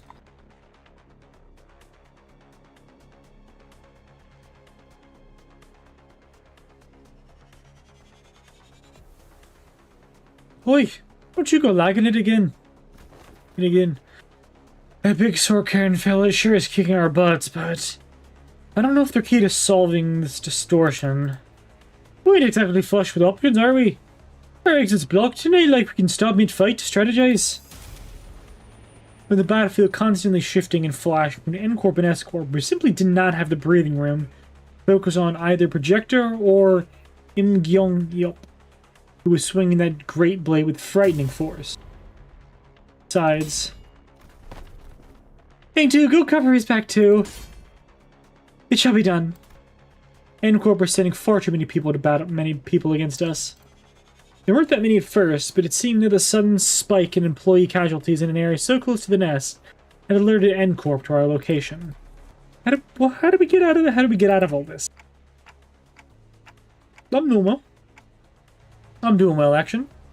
Faust, Otis, help me out here. I said to stop racking my brain trying to navigate a solution I know so little about, instead of relying on the sinners with possibly more experience in the field. First, I need to know if there's any way we can deal with endless reinforcements N-Corp is sending after us. And second, will defeating Im Gyong-yup or destroying the projector bring an end to this distortion phenomenon? If I may speak freely, Executive Manager, it is unlikely that our present force will be sufficient to overcome the current rate enemy reinforcements. Use fire, lots of it. Real. Not only is this battlefield situated in close proximity to the enemy stronghold, but there's the unpredictable variable in that the strange machine that makes neutralizing even a single wave of enemies difficult. I regret to be the bearer of bad news. We were trapped in a battlefield with but a single exit, which the enemies have already blocked, without reinforcements of our own. There's little hope of prevailing through this current predicament. Yeah, seems that way to me too.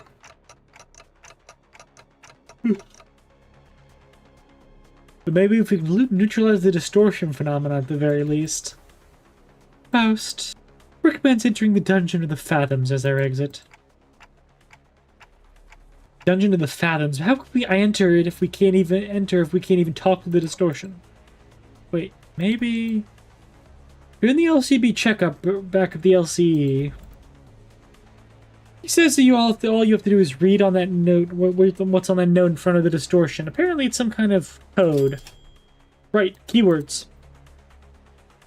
This one seems to be a location type distortion, means that regardless of where the bright flashes take us, N-Corp or the twisted character of S-Corp, we're still within its range. In other words, as long as I have the right keywords, I can summon an entrance to its Dungeon of the Fathoms from anywhere within it. Okay, so what are the keywords for this distortion then?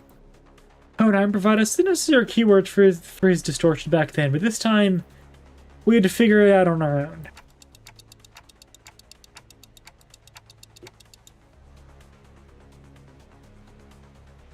We don't know what I don't think that's what it stands for, no.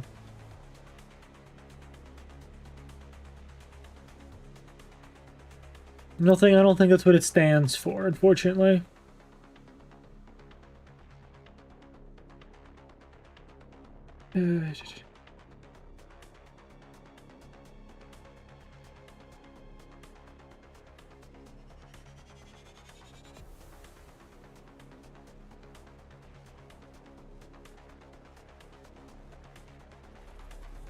First things first, one of them has to be photographed. It's obviously been present throughout the entire phenomenon.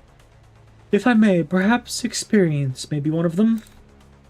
Yusang puts his 2 cents in, having briefly retreated from the battle to the backlines. There is none the current obsession with experiences stays straining his every trail. It must have out in relation to what has caused his distortion. Experience, the concept alone lacks substance. It must be something more grounded. Something that is at once synonymous with experience, while maintaining a through line to N-Corp's technology that was the core of his obsession. And experience? Most likely, thinks Faust. Alright then, photograph, canned experience. Not seems to transpire as of yet. It didn't, but I could feel it. Are these the kind of photographs they use to make canned experience? So that's what the strange sensation was. Mentioning that word shook the distortion and caused that rippling effect. But it was clearly not enough to force open the dungeon of the fathoms. How many other keywords could there be? Scraps. Sorry? Oh, I thought we were taking turns sharing what might have caused them to distort. They have it at 7-Eleven? Possibly. Why am I so tired that I slept so long? Ugh. And going by the way you folks were saying your piece one after another, I thought it was this was to be some sort of Zen riddle. No, not a Zen riddle, no. Where'd scraps come from? When enjoying the benefits of slacking off at work, all kinds of mundanities come to possess far more interesting qualities, sometimes even revealing secrets invisible to eyes focused elsewhere.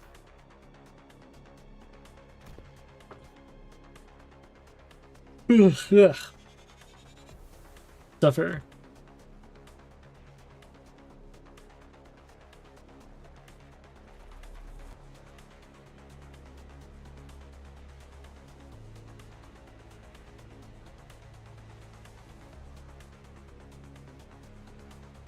Take our person of interest, Wit.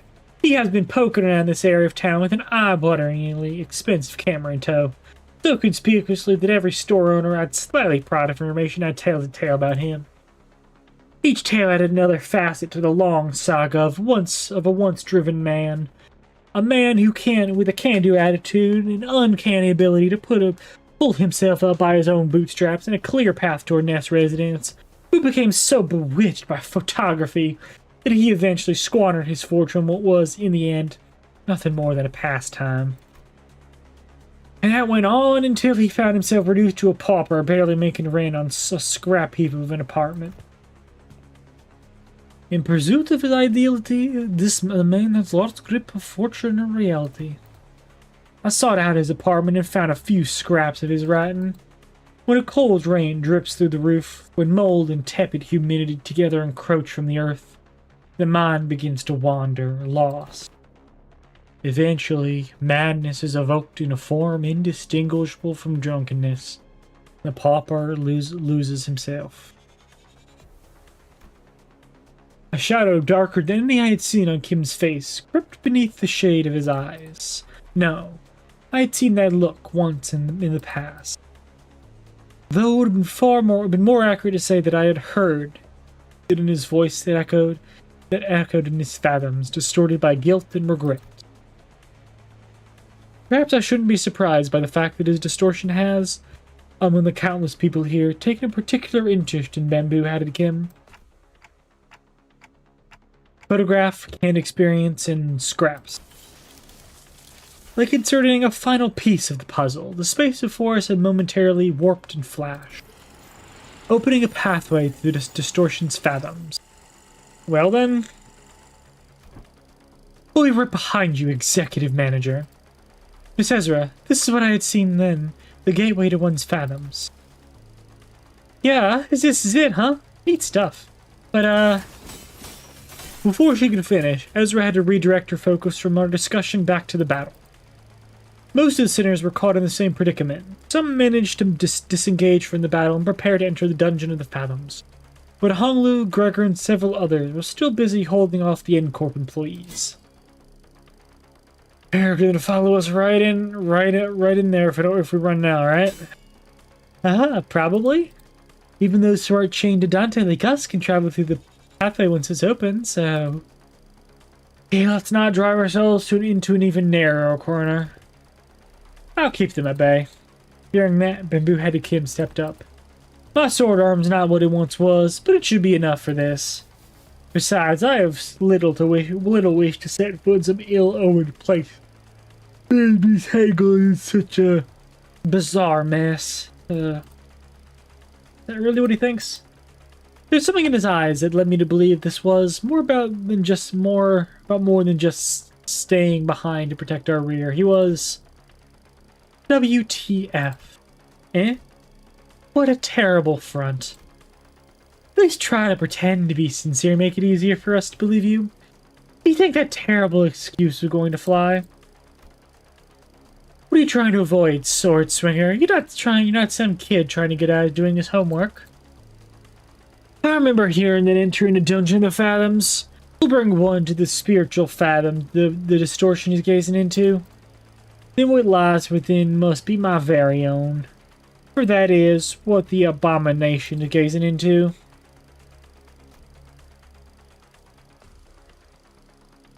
We ain't about to walk. We ain't about to walk blind to a place we know shite about, mate. Got us in there, yeah? Oh, that's...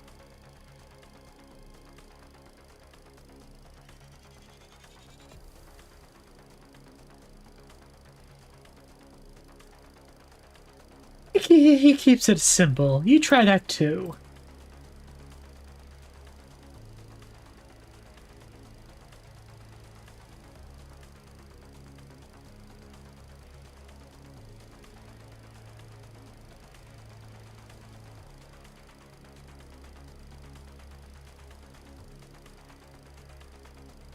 Learn the hard way that homework like summer reading doesn't go away just because you don't look at it. It's still there, even as the summer break comes to an end, ruining the last day of your vacation to an all-nighter. I don't know, I wouldn't know anything about that. Ryashiki Scabbard, vibrated cheerfully in agreement. Stop procrastinating, go do your summer reading. What was it you said? Face the homework, save the GPA.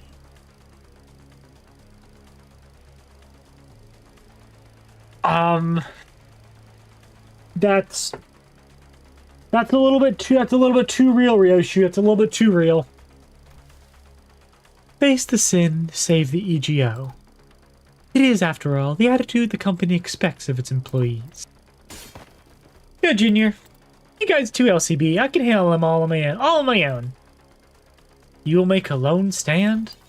Hey, who the heck do you think I am? Heh, I'll show you our team leader Moses felt safe sending me out alone with you guys. This is basically a monster of the week situation for team leader me back in our duo days. I can handle them on my own, no problemo. I want to see how you guys handled the inflection point, but I guess you can never really have it all. Ah well. Guess I just trust our two OSIR team newbies to handle that. Now that I think about it, I think I'm setting a pretty solid example as your team senior, aren't I? Hehe. I don't like this, but it seems I have no choice in the matter as long as this employee card hangs from my chest. With a sigh, Kim shook his head and joined us, dragging his feet all the while. I shall take the vanguard. Ah, Mentor, be warned the entrance is floating. Take a tall step over, or you may trip. I can clearly see that, Angdu. Bring me a ladder if you're really that worried about, don't you? Have you need of one? A mere jest, you needn't worry. Yay, victory. Okay, let's get into this darn distortion. It's probably the end of the second part. Yep. Question mark, fathoms. Okay, now I gotta get all the cosmetics, and then I can start grinding away on getting the other stuff. Now I can go ahead and convert that to that, because these are going to be... Yes, Faust, I know how dungeons work. I'm on Canto 9.5. I know how dungeons work, Faust. 칼을 부딪힐 시간입니다.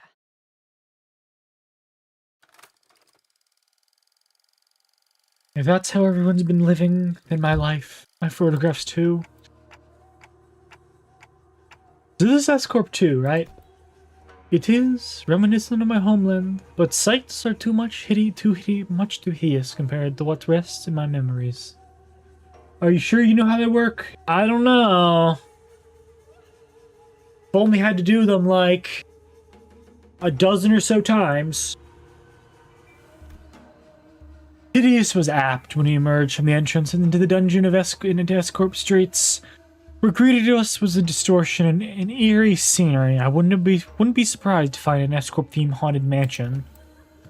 It's a place hardly fit for human habitation, far more dilapidated than once expected. I'll say it that people inhabit these lands for truth.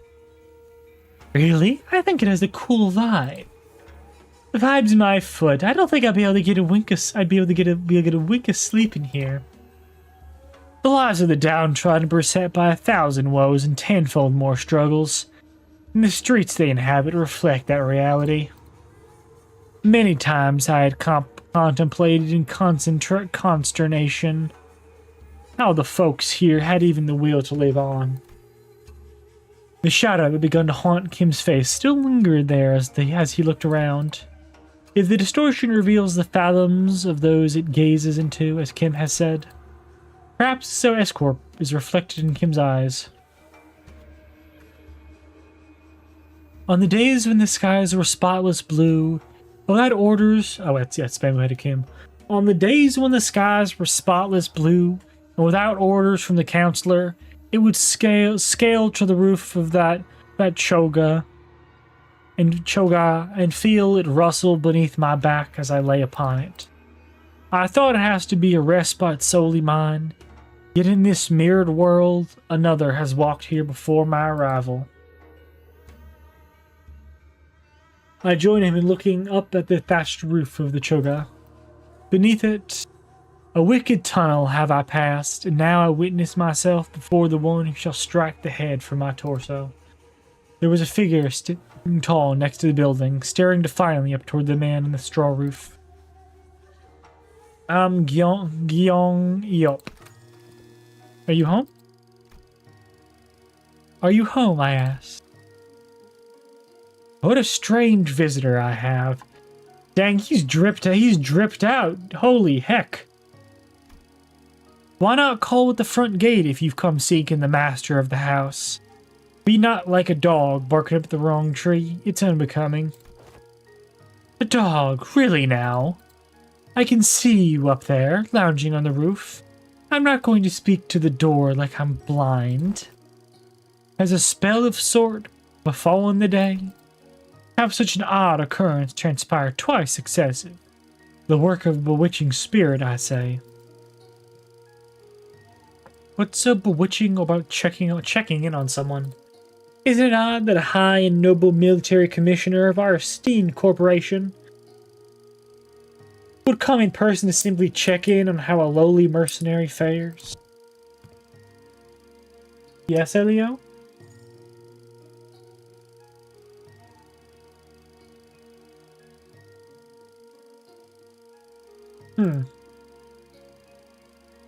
Give me a sec.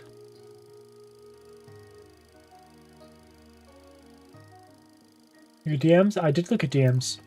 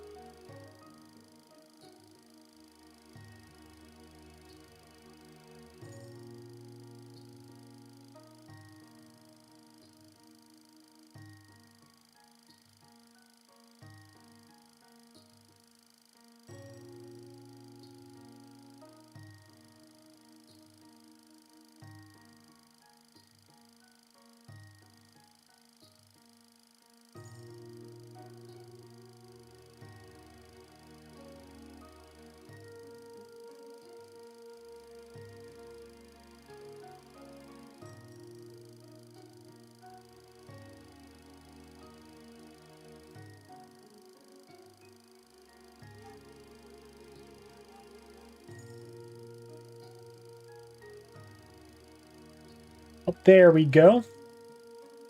I was, sorry, I was muted. There we are. I could probably make that bigger.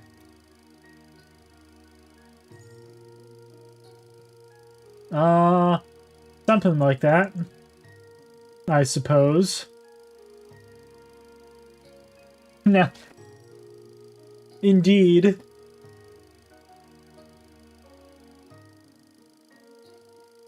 Indeed. You know me.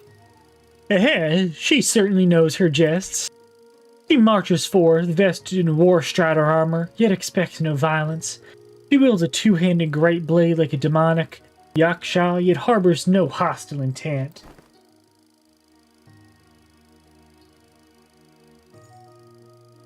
Why, who else might she be but Military Commissioner Up, the principal of the famed Im family? You are certainly in the habit of speaking in hyperbole. I am not so noble that I deserve to be complimented with the epithet so grand as the principled. I'm not crying. Yaw.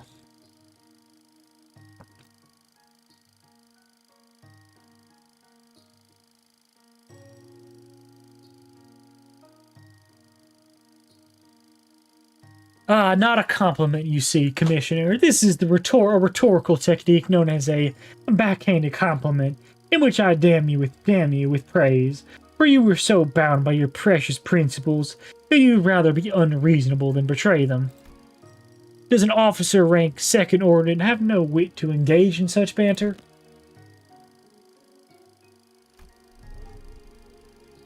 Why am I out of line, as they say? You two are friends, right?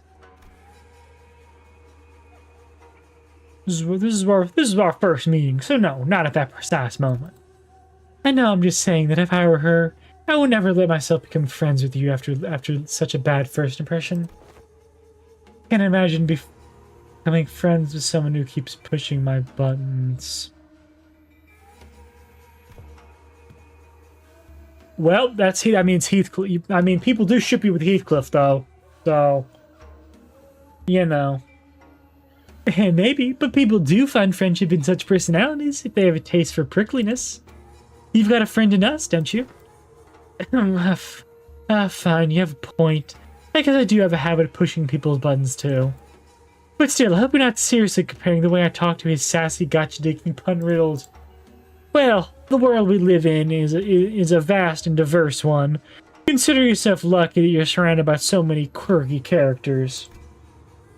It's because of that same luck that she took the joke rather well, then respond by trying to cut off my head.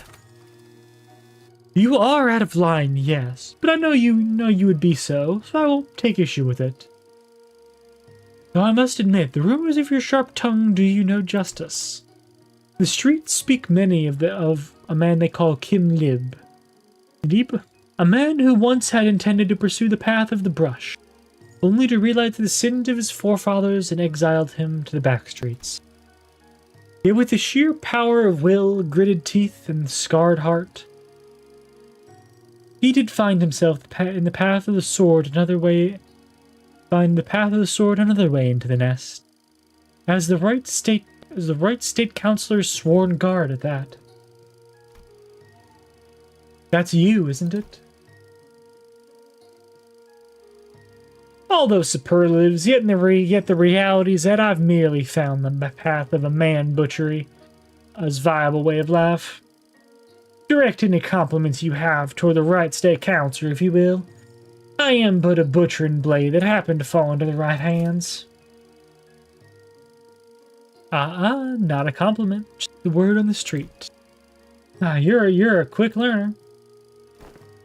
And spare me the fancy reading of my name. Watching you pretend that pompous posturing comes naturally is painful enough already.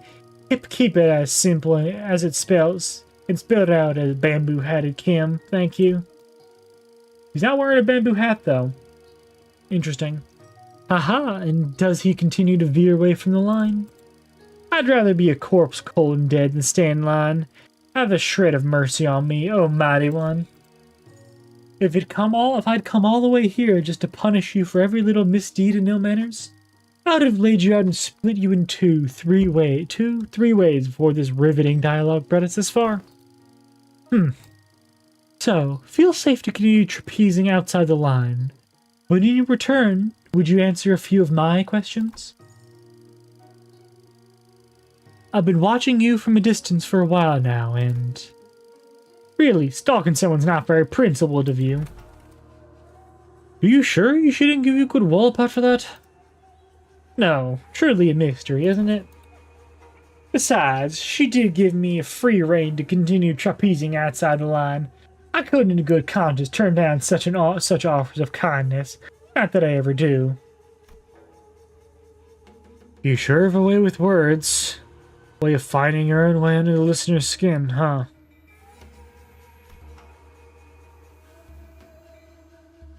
Perhaps, yet are such japes not to be expected among fellowships of close mutual bond? They don't look like friends yet, though. So, care to tell us why she's been watching you?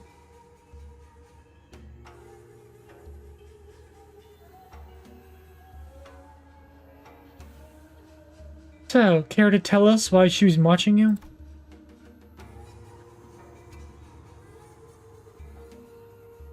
Well, I was engaged in the old pastime of throwing rocks. Oh, you speak of the game of Sukjong? Saving for the festival's dino. I was throwing the rocks at passerbys. My spirit animal, the bamboo-headed goat, throwing rocks at passerbys. The glorious... Be on thee! That is a wrong deed, good sir! I suppose it is. The people of Pipio, and Sal in particular, found it to be quite distasteful, and they did not let their discontent be hidden. But the pie and the downtrodden cheered me on. To a degree, they found it cathartic. Oh, curious. Then is it a right deed or a deed not right? People of Popeye. Pipio, Sal, whatever it is without describing. It is a well-known truth that S-Corp is known by its other name, Sal Pipio Agro-Industries. Sal Pipio in Yao, I don't know how to pronounce that. But wouldn't specialize in the general agriculture and livestock industry of the city. The vastness and depth of its responsibilities have been necessitated such divisions of labor. Thus, District 9 is split into 3 court circles responsible for the different aspects of the industry: Sal, P, and Pipio. Each meaning flesh, blood, and bone, respectively. Sal, responsible for the cultivation of rice and other grains. Pipio, responsible for the meat and livestock. And P, in charge of the technological aspects of both. As a scientist and researcher of the one who once told Nescorp, he must have felt the persecution that P faced firsthand, or Pi. It is believed that the Trinity was designed for balance, and that they would provide assistance when requested and keep one another in check when needed. It was a promise of cultivating a fair and sustainable S-Corp. Alas, the noble intentions of yesteryear now lie sullied. The Trinity now degraded to three quarreling bands of profiteers, blinded by avarice, relying not on honor but betrayal and perfidy. Perfidy?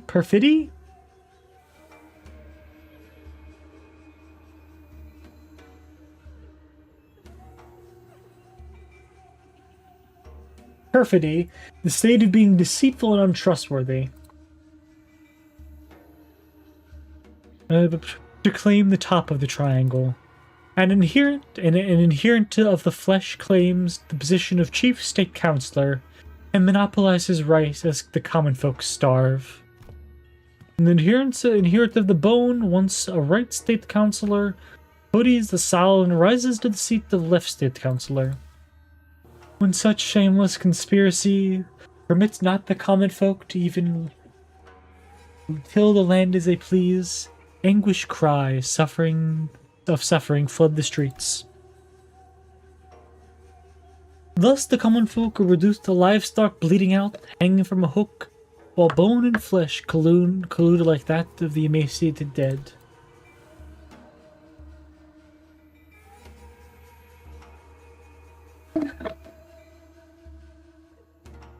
Who shall claim the severance of flesh and bone and force them both to yield?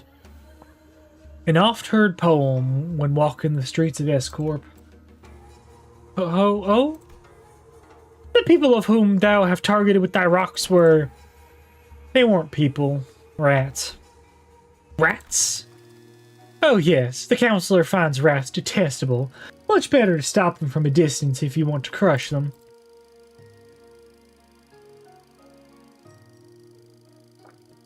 By any chance do these rats have a habit of sneaking into the royal court to pilfer what the common folks rightfully deserve? They certainly suffer from a severe case of kleptomania, so you purposely threw rocks at his feet to trip him onto the ground, knowing that he was a kleptocrat? Okay, that's clever. Well, I simply could not help but react as such in the presence of scurrying rats. Is there art you find funny? Speak as you do. I could use a good laugh about now. Heartily expressing my gratitude. That is all. Expecting that turn of word, kleptocrat? Or what?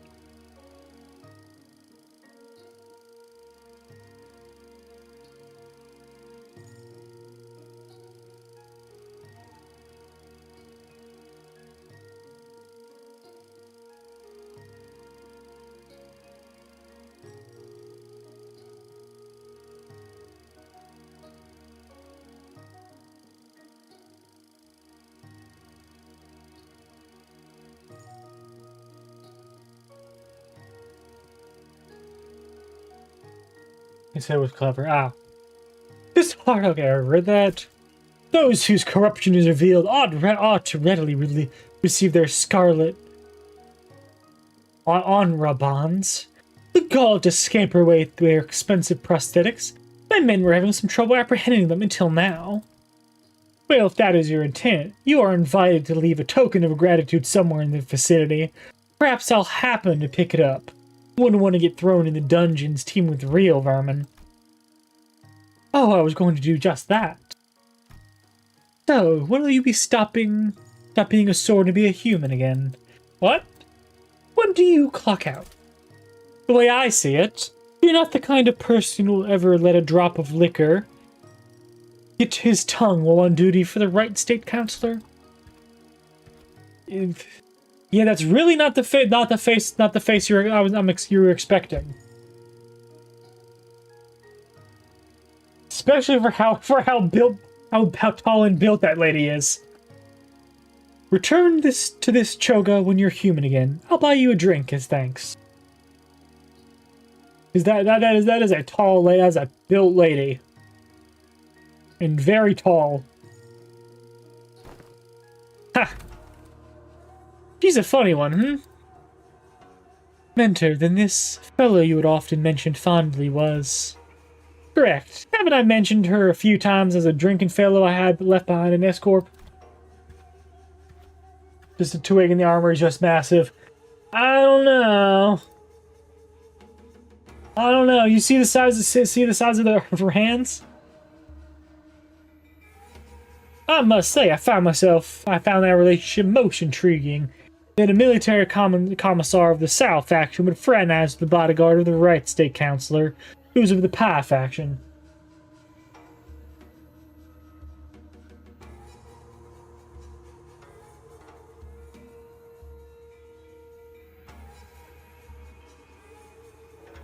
And her arms are pretty big. Still, I knew not that this fellow was none other than a military commissioner of S-Corp. Engdu's eyes had gone wide in shock, her voice rising unconsciously. It is news to me that you had ties to a second ordnance official, a military officer with the command over high-ranking employees of the wing at that. Well, I was in the service of the right state counselor, who was a first ordnance, you know.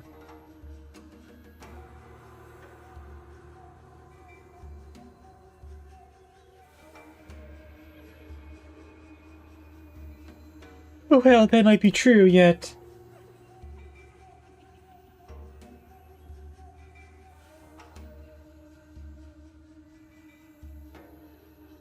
Yet, would you like to know why I, with such a powerful friend by my side, have ended up in exile from S-Corp? Yes, your silence on matters of such great importance is why I've come to introduce you to others as a reticent one, mentor.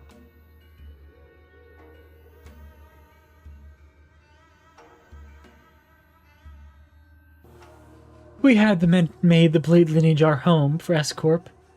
Availed no home for us but the lineage, but you, mentor. I would rather show than tell. Let us proceed, shall we? This enchanted place seems to be intent on unearthing all my past, though savory and unsavory, all shall be revealed in due time.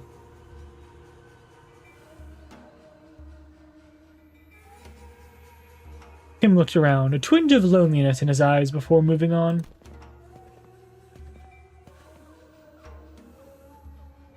We followed without a word.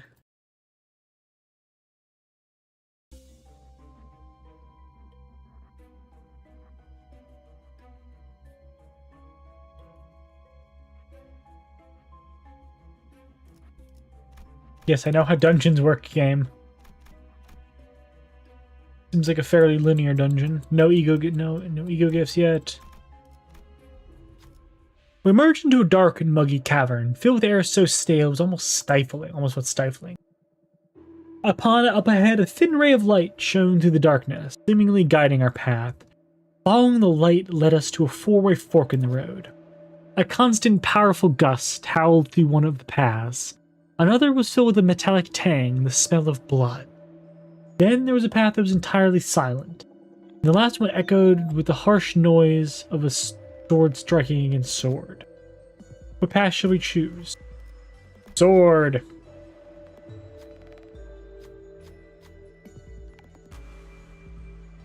Just how many people are we fighting up there? We must proceed with caution, Executive Manager. There may be a battle underway. The sinners all looked disconcerted, the strident noise of metal against metal. It was an unmistakable sound of battle. We stood ready in troubled silence as the sounds of war only grew louder and louder until they came to a sudden silent stop. A pedestal made of stacked stones appeared before us, though none of us knew how long it had been there. Atop it was a red accessory, the kind one would hang at the bottom of a hill. That's pretty good, actually. Let's go bottom path. You. 꽃을 피워볼까요?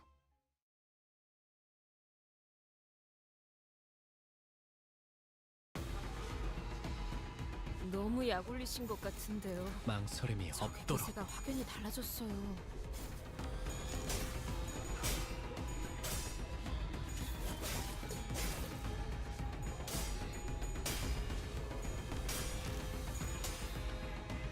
그렇지 않은가? 승객이 딱 콩 한 방 먹였어. 방금 공격. 다음에 다른 개체에게도 다시 해봐줄래? 영상으로 남기면 다른 직원에게도 도움이 될지도 몰라. 어떤 상황이 닥쳐도 포기하지 마세나. 저들의 공격은 우리의 투지를 깨뜨릴 수 없을 테니. Oh shoot! Bamboo Headed Kid is actually here.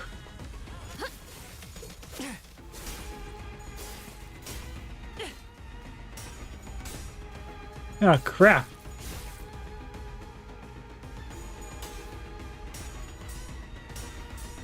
Oh, those are all negative coin IDs. Why gotta be surprised? Why they have negative coin IDs? Negative coin IDs are annoying. I guess they're not technically IDs, but negative ID units.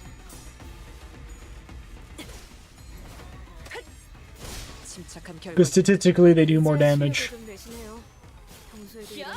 Since, as long as they don't, because they can roll max damage from the first coin, and as long as they don't roll heads, they can just do max damage every roll.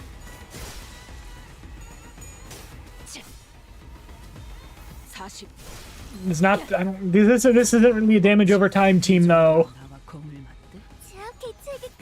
This isn't really a damage or a status effect team other than poise. And poise doesn't really do damage to them. I guess it lets you crit more, but it's not the same thing. Not the same thing as like actually doing damage. Not like burn or anything. He has 2,000. He has 1,000 health. Oh, he's claiming their bones. Oh, he claimed their bones real good. Oh boy.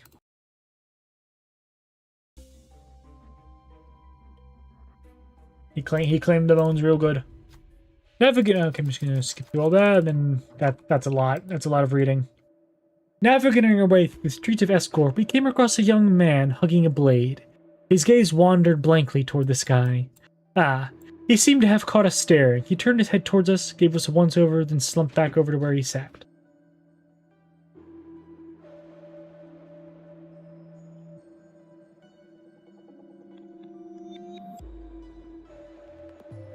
Got a Kit Kat, yay.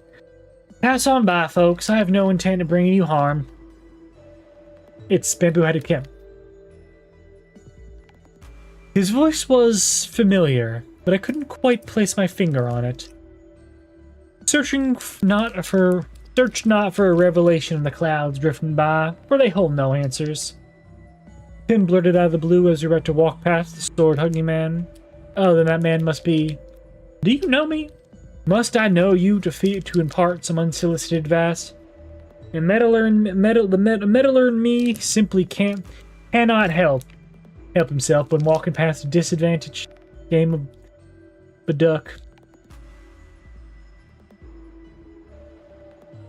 You are a player of great Don that I can tell.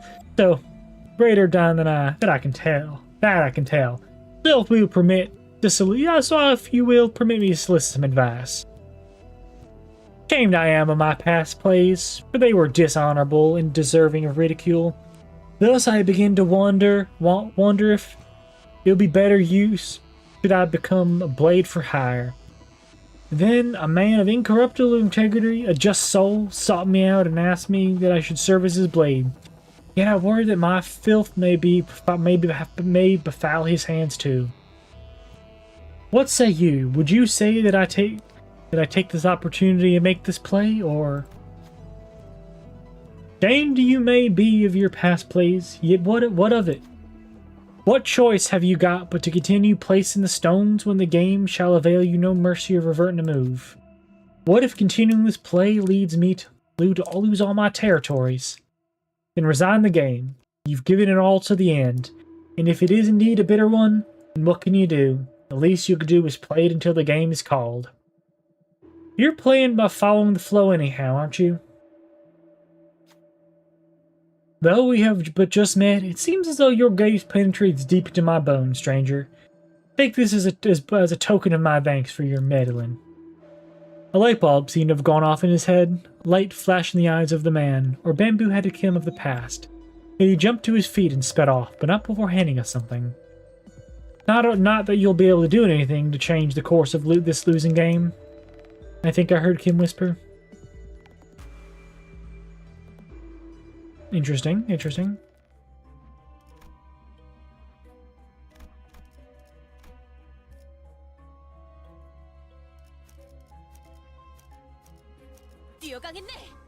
I guess I should at least select the rest of them too.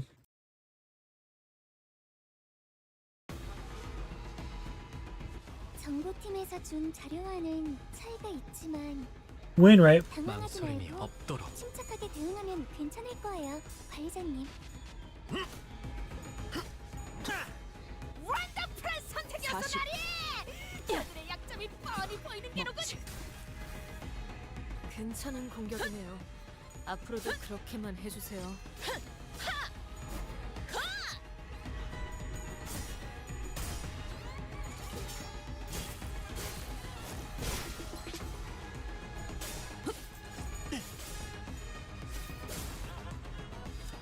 욕참. 방금 공격. 다음에 다른 개체에게도 다시 해봐줄래? 영상으로 남기면 다른 직원에게도 도움이 될지도 몰라. 망설임이 없도록. Okay, cut. 아름다운 것. 헛! 그렇지 않은 것. 이제야 실력을 좀 내시네요. 평소에도 이러면 대성공이야. 겁을 가론 신나. 노래 부를까? 대안에게 충분합니다. 확실하게 갈라지는 감각이었네. 뼈를 깎는다. 다들 기운이 넘치는군. 역시 본인이 직접 선별한 용기를 북돋는 영웅당 탑 5가 도움이 되었는가? 죄를 새겨주겠어. 차!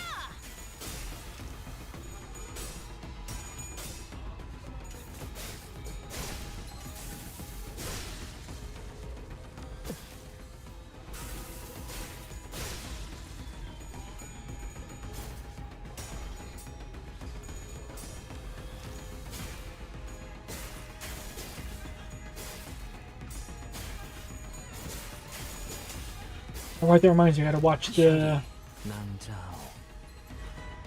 amazing last episode of the Amazing Digital Circus after stream. 큰 피해를 준 것 같아.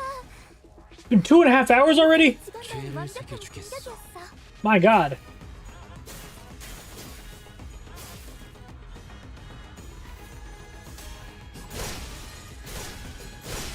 And wow, Kim really does claim their bones, huh? 다른 팀에게도 보여줘야겠어요. 분명 배울 점이 많을 거예요.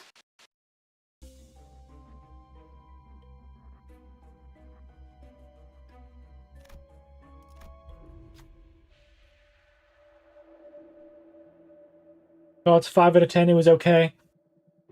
Dang, what is up with all the series having mid endings? Like, what is this? People hated the ending of Stranger Things, didn't like the ending of The Boys, didn't like the ending of The Amazing Digital Circus, didn't like the ending of Game of Thrones. That wasn't really recent, but still.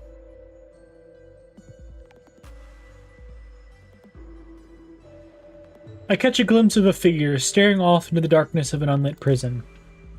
Didn't like the ending of Chainsaw Man.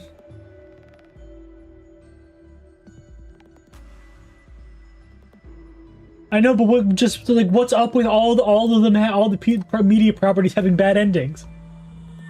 Or are they all so bad?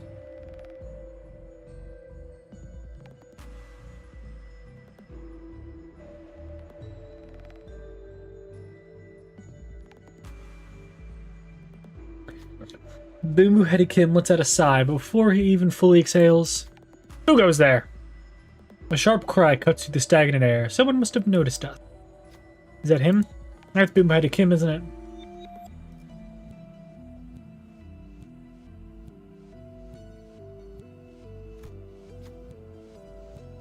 Please put a little effort into your lives, huh?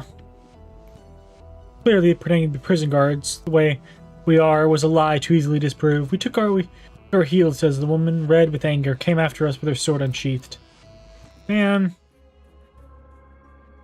Guess I should have chosen the other one.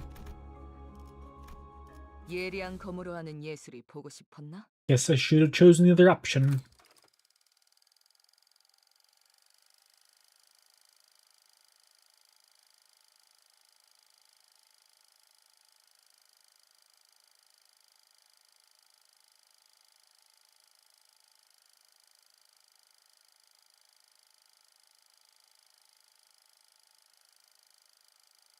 No, it can't be. My life, the experiences, the memories I had recorded are different. Alas. Kim came to a stop with a grim look on his face. Again, I am returned to this day. His voice had dropped to the same morose pitch we had heard before. Enter? I have been here before. Ah, have you? Had a peek into my memories when I had distorted, did you? I must say, it's a bit embarrassing to have my deepest and darkest secrets revealed like that. Kim grinned sheepishly as though to clear the air.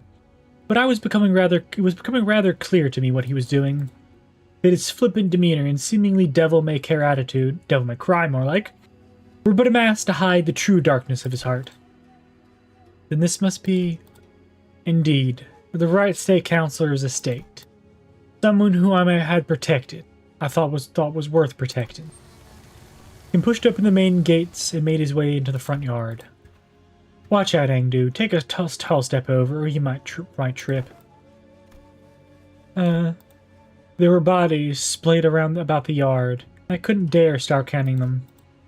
I felt faint watching the aftermath of the carnage. Some were decapitated, some had their torsos split diagonally, and some of them were so mangled that I could hardly even tell which parts belonged to whom. Oof. Are they not the retainers of the royal court? What were they doing at the councilors? No, were they killed by assassins? Assassins did infiltrate the estate, yes. You're looking at what remains of them.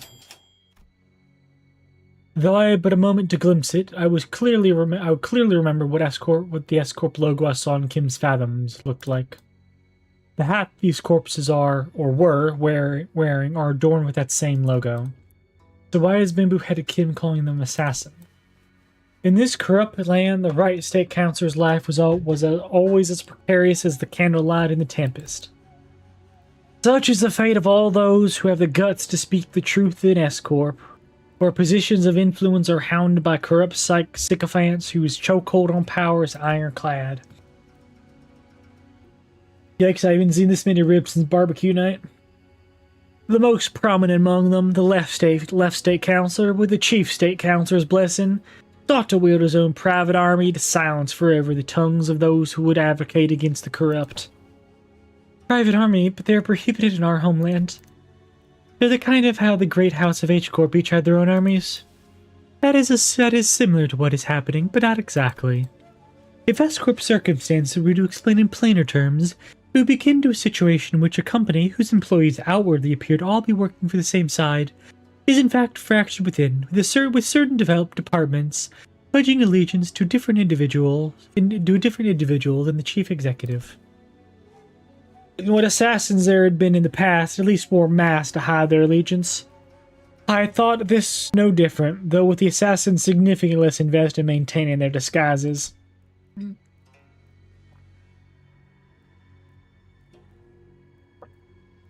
Not realizing that I had placed my stone inside the tiger's maw. Looking around the yard teeming with the assassins, I recall looking around at the yard teeming with assassins, I recall thinking just how many of them they had sent. Though the left state councilor's power had grown to loom over that of the king, I should have realized how ridiculous such a brazen attempt on the life of one of the triumvirate councilors at the royal court would have been. Foolish. I have failed you, councilor. There were simply too many of them, as though they had decided that tonight was the night they would finally slay the councilor, or die trying. I was soon overwhelmed, and some of them eventually managed to get around me and reach the councilor's bedchamber. The moment I heard them breach the door, all strength left me, and I fell to my knees. I, Kim Lim, am a poor use of a bodyguard. I have failed you. And I knew who the author of that foul scheme was, the left state councilor. Let this be my final act of loyalty ere I depart this life. Though I am too meager a person to carry on your will, councilor, what I can do is plant the seeds of terror in the hearts of the unjust, if only to shackle their blackest hearts from the committing greater misdeeds. I shall go before the villain who contrived this betrayal and see that the favor is repaid with steel. Only by such vengeance shall the councilor alas close his eyes in his grave. Or so I had thought. What? Greetings, honored bodyguard of the right councilor. I see that you have been hard at work. Accursed parasite, I'll flay you alive and reveal their wretched soul underneath. Some gall you have to show your face here. Oh, here? You mean the home of the honorable right state council, who toils day and night in the service of the royal court? I know the assassins were sent by the left state councilor. Get out of my way. I shall collect your head once my task is over here. Alas, alas, this unsightly display of anger shames us all. Are all those who live by the sword as uncouth as you? The cruelty of your damning words is an oppression upon decent men like myself. Let's see how long you can feed my soldiers. Arrest that mad butcher. What? The accursed shall heed his crimes. 1 moon ago, an anonymous letter threatening to take the life of the revered Reichstadt councillor arrived at the royal court. This audacious contumelious effrontery is an affront not only to the royal court, but the heavens and men alike. The revered Left-State councillor, who has been long in disagreeing with the Right-State councillor on the matters of state, found that this offense to be so heinous that... Oh, I see. He has personally commanded his men to protect his political enemy on the day writ on the letter. Huh? Yet a tragedy has struck. All those lives sent to protect the noble councillor are slain. The bravery and justice of their honorable hearts trampled upon the ground by this villain. And now the villain promises death to yet another pillar of the royal court? Thus we are perforce to arrest the criminal and restore the rule of law.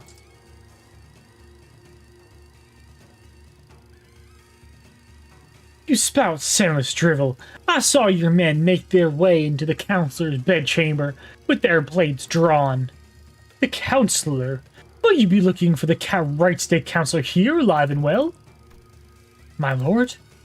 The vile wretch leaned down to my ear and whispered, Perhaps you should have known where not to stick your nose. Did you really think you could overcome the entire private army in the Left-State councillor's service? He sent so many men to their deaths just to lure me into a trap? Why? Now don't take this as a compliment. You're not even the apex blade of the homeland. Nor are you the Ungyom. But you have been a rather egregious obstacle to the execution of my plan. Couldn't get through with the first thing in my plan, with you constantly getting in my way. Now let's keep you nicely locked up and out of trouble. This can't be. For what it's worth, young man, I am sorry. I've come to realize the error of my ways. Truth is, though, S-Corp is indeed a pond of turbid water. It was those like us who had stirred the dirt from its bed and turned it cloudy. Fearing the worst, we arrived to protect the revered Right-State councillor. 1,000 curses upon the villain in his quest for the Right-State councillor's life. The butcherous man has already watered the ground with S-Corp's laborers, the very lifeblood that runs in the veins of this most serene wing. That charcoal-hearted villain is none other than the councillor's sworn guard, Kim Lim. Heed us, O villain. He'll obey, and let the honor bonds take you. You've fallen far, my friend. You were once considered a candidate for the honor of Ongyom. And with that brand of noble sap in your strength. I mean, look, this is a tall lady, okay? Look. Look at the size of those hands. Even your mastery with the blade will only dull. Are you to be my executioner, Gyeong up? I hadn't received the orders to behead you, if that is what you're asking, nor to befit someone in my station to sully my hands with the executioner's duty. How will you now live on now?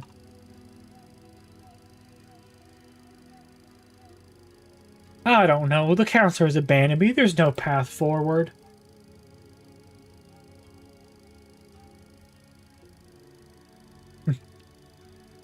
Yeah. Salpipio Agro Industries is more corrupt than I had thought. Rotten to the core. This is where the game ends. Time to resign my stone. Indeed it is. Why are you freeing me?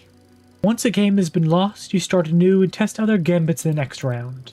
Why didn't you stop playing this unfair game where the opponent always starts with stone place and all 9 star points on the board, and find a place where you can begin anew in equal standing?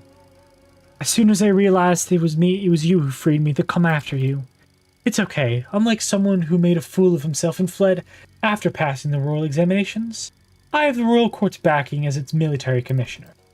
My position in the court isn't so fickle that they would cast me down right away because I let go of someone like you. You're a branded criminal in the eyes of the royal court. You're as good as inconsequential. I'll report that even if you were to flee, you would still be nothing more than a plaything in the palm of their hands.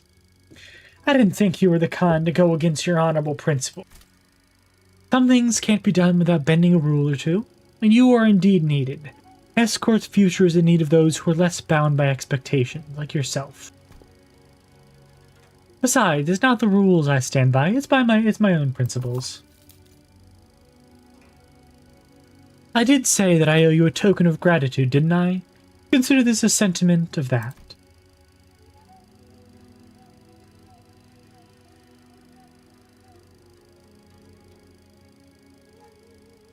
Gratitude and vengeance, after all, share a common quality. They are both debts to be repaid. Yong-yop. Come with me. There is no hope left for S-Corp. You said it yourself, didn't you? We'll never win as long as we're playing their rigged game.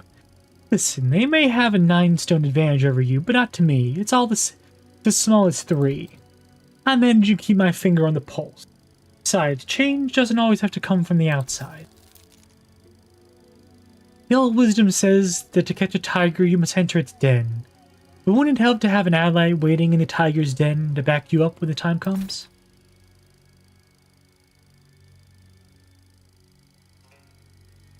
There, all done. Your bonds are severed. Go now.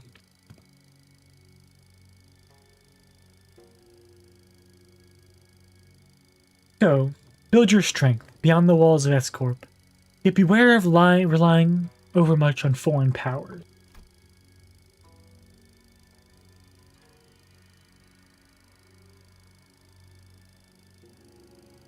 I still don't have it in me to take up such a grand purpose. I'm done with S-Corp. You know how I am. I just go with the flow. Yes, do as you will. Go with the flow. Be whatever you want to be. But I'm just hoping that the currents of the river will someday bring you back to S-Corp. That's all. Though I left the rigged game, my records afterward weren't stellar. The laying of stones on my board was always full of holes and mistakes. I joined the Blade lineage, became their mentor, dragged them into the library, until eventually I cut down those who had placed their faith in me. Self-defeating move after self-defeating move. When Gyeong Up had to let me go, I thought I had escaped the tiger's maw. But as I let the game progress with the flow, I soon came to the realization that my life was an endless sequence of connect and dies. I was in a losing play from the start. Shadows dancing by the distant humanoid form. The distant humanoid form began to grow like wildfire. And those in the attire of the Blade lineage, one by one, leap over the wall and approach us. Like the projections of Kim's darkening fathoms.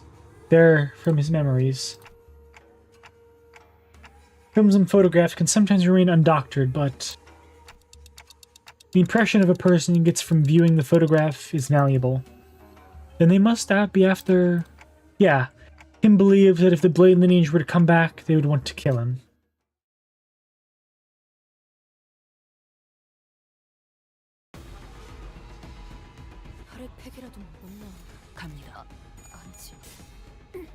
저들이 기세등등하니 잠시 경계하세.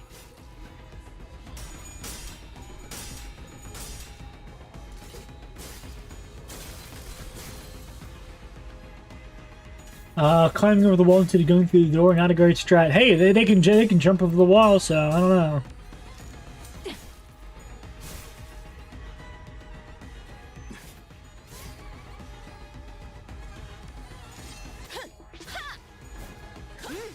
확실하게 갈라지는 감각이었네. 뭘 본 것인가? 오, 엄청나게 강한 일격을. 제압 개체에게 큰 피해를 준 것 같아.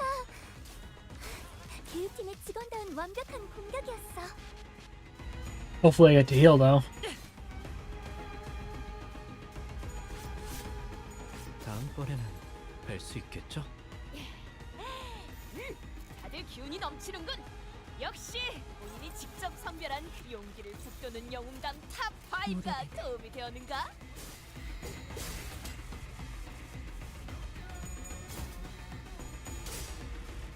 흑차!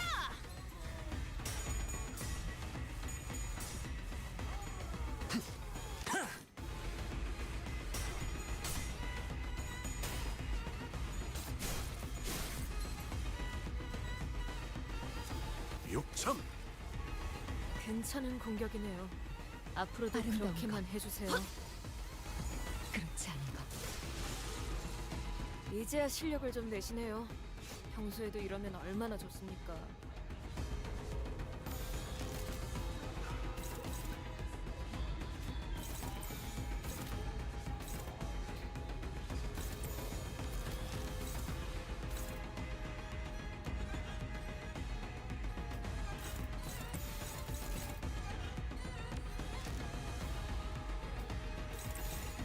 즐겁겠군.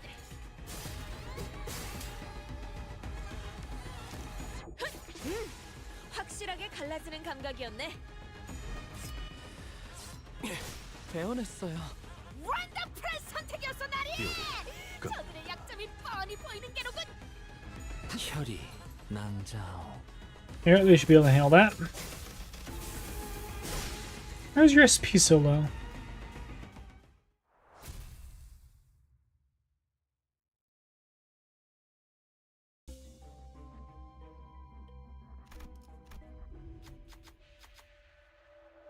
A man with a sword hanging from his belt was wrestling an old woman, trying to take the bags she was carrying. It soon became clear that from their arguments that the old woman was the man's mother. Though it seemed the old woman was trying to reprimand her son, he responded by manhandling her and refused to let go of her bags. Should we do not watch? That man will surely injure the old woman. Should we get involved?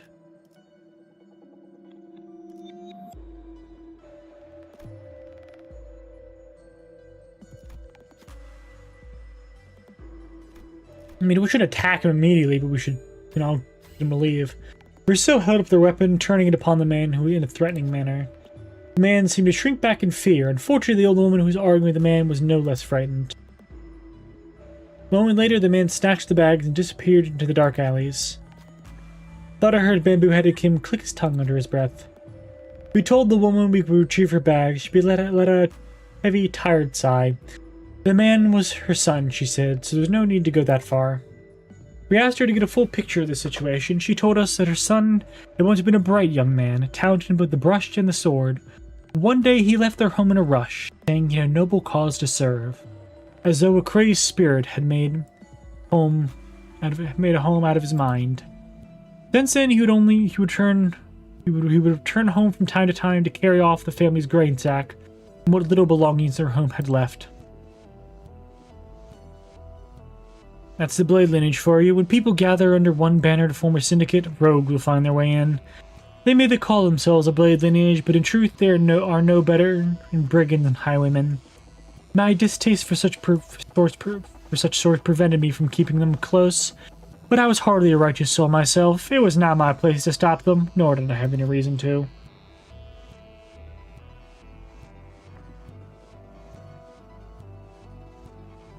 The old woman asked us to see whether her son was living under another's heel and persuade him to come home should we ever happen to run into him again. Then she invited us in for a warm meal, saying that although she had little to offer, she would not ask for such a favor of us without filling our bellies. Bamboo-headed Kim grunted that we should not expect him to handle the matter. Yet perhaps what he had witnessed still sat poor with him, because he wore a sour expression throughout the meal. Oh nice, everyone healed fully. Wonderful. 단테, 이번에는 누굴 베어버리면 되는 거야?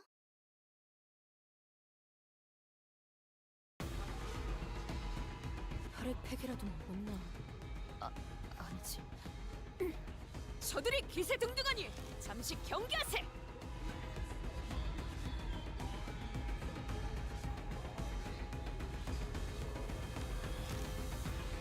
Let's kill him. 망설임이 없도록. Yeah, full HP. Love to see it. 그렇지 않은 것. 원더풀한 선택이었어, 나리! 저들의 약점이 뻔히 보이는 게로군. Gonna win.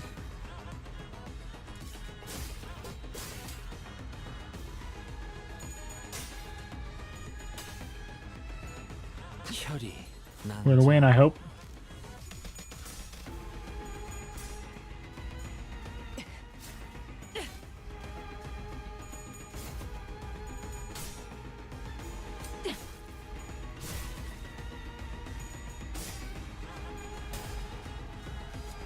욕참.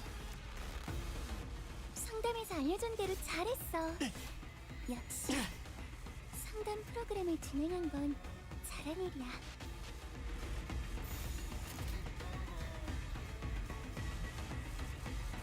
갑니다.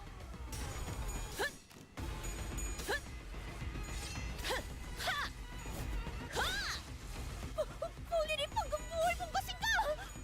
엄청나게 강한 일격을!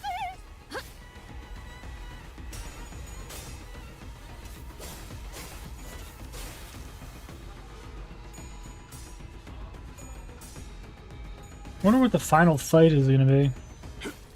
열을 깎는다. 이건 Is he gonna be against that big lady? Big lady. 이 상황을 개체를 Probably. There's a good chance.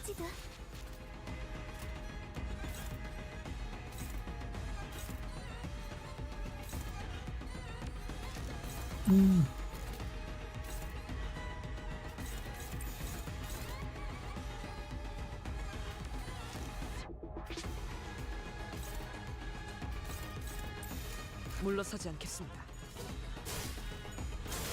Yep.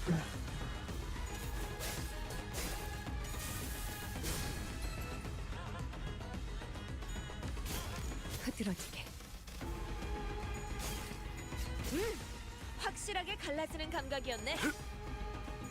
살을 베어내고 열을 깎는다. 제약 개체에게 큰 피해를 준 것 흉터의 같아. 결과요.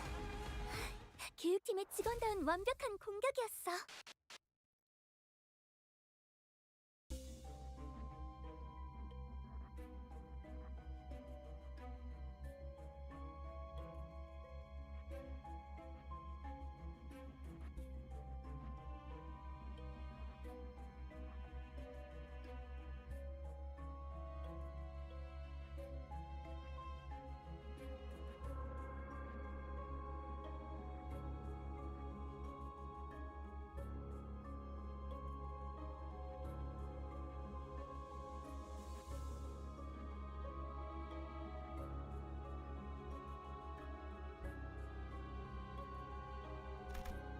Let's see.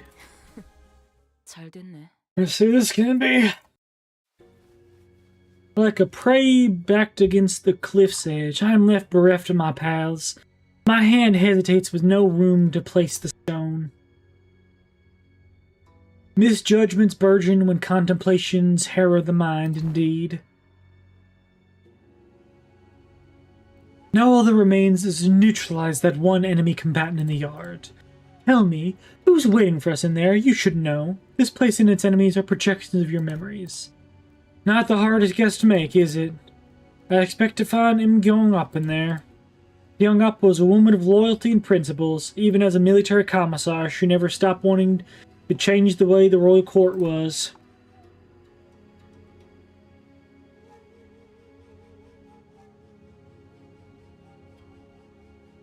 But even she must have broken in the end. I scoured the newspapers and TV for anything I could find in the current state of S-Corp, but it was plain as day that nothing has changed there since my departure.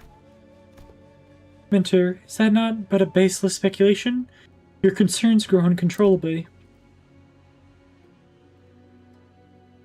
Never have you spoken to us about such a monstrous one in the past.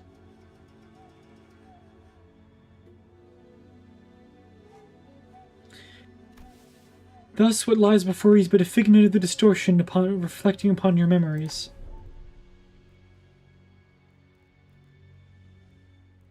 Did this Gyong-up even appear as that monster does, Mentor? No. Gyong-up wasn't like that. Gyong-up, I still believe that the English deserves to die, But destruction is not the point. The point is that I want to be a place where I can cut away the avaricious corrupted. And have it be a wing that cares for its common folk. If I didn't know any better, I would have thought you were seeking to supplant the current S-Corp. You know that's not what I'm talking about. I'm just a wanderer floating down the rivers, though to where the currents take him. When the river's bent and I hit a wall, someone picked me up and made a blade out of me. Once abandoned, I returned to the flow and found myself a mentor, those who afforded me the undeserved faith. And the river continues to wind, carrying me to, S-Corp, where I had once fled. Whence I had fled. So shall I let this blade sing my inner thoughts? You think I'm satisfied with the way S-Corp is? But your method as it is now, goes against the principle. I expected better from someone of your wiles. If you enjoy those principles so much, then why ask me to leave the game? Because someone has to stay behind and try to bring change within the limits of their principles. I only hope that once one of those bends in the river of yours would float you back to knock on the gates of S-Corp once it was primed for change. Has that changed? What do you think? You, at the least, seem to think that I have. Because you believe that I shall stand in your path, stand in my path, and stem the flow of this river evermore. Very well. The law states that the denial of the will of the royal court is a crime deserving of death by beheading. I am Gyeongyup, second order of the Pyo. Agro-Industries, official of the sword and military commissioner of the royal court, shall uphold this command and sever the buds of rebellion before they propagate. Yep, so we're fighting her. Okay. And win rate. 혹시라도 일하는데 힘든 점이 있다면 언제든지 나와 상담해줘.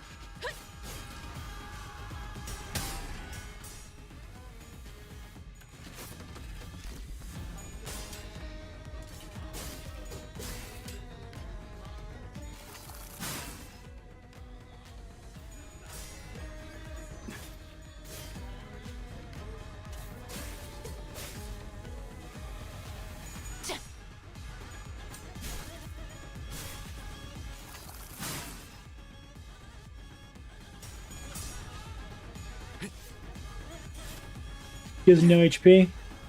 She has 6,000 HP.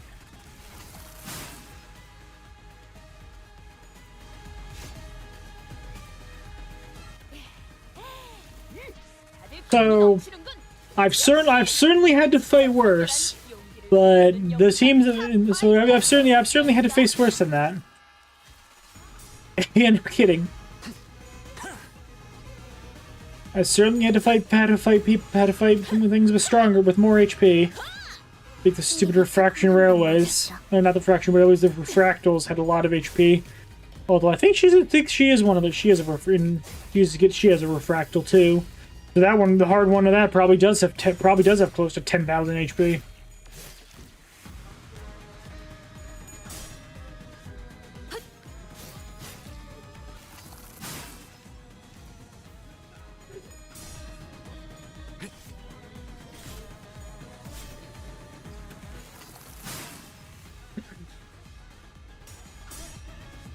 This shouldn't be too bad though. Got a big SP advantage. We get a big SP advantage, and it can also have a bunch of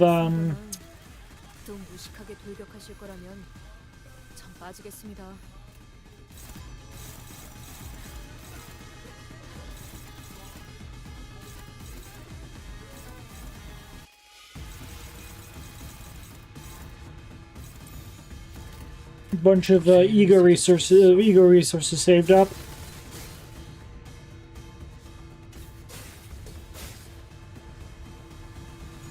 So this will probably be a pretty long fight, but hopefully it shouldn't be anything too complicated to win.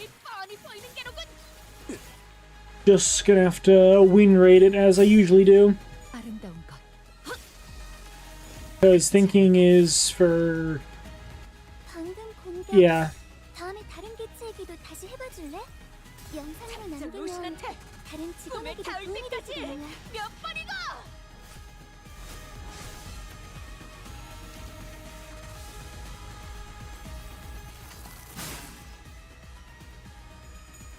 자, 40. 야! 먹지. 괜찮은 공격이네요. 앞으로도 그렇게만 해주세요. 나의 손으로 잘라낼 수 있다면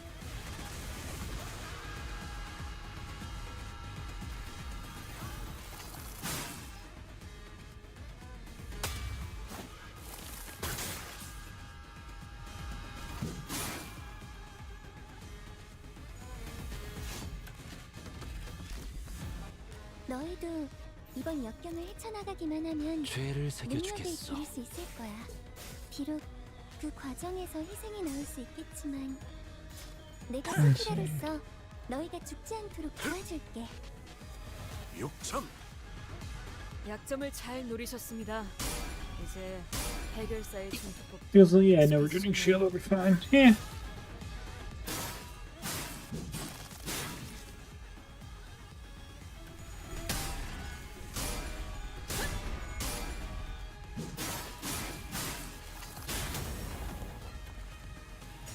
Yeah, we already managed to knock a decent chunk of HP off of her.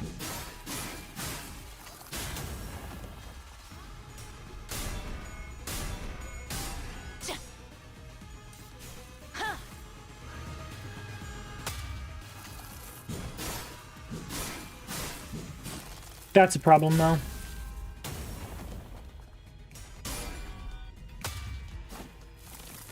Also, oh, she really is big. Okay, that is a tall lady. Okay, didn't realize she was quite that tall, quite that large. Although that might be, she might be a little bit exaggerated because of distortions and such, but still.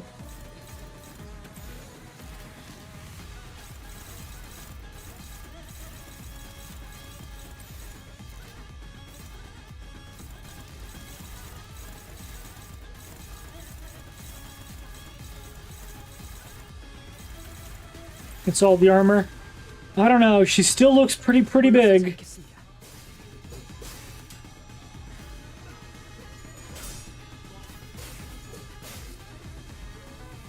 Even if the armor is giving her some bulk, she is very tall.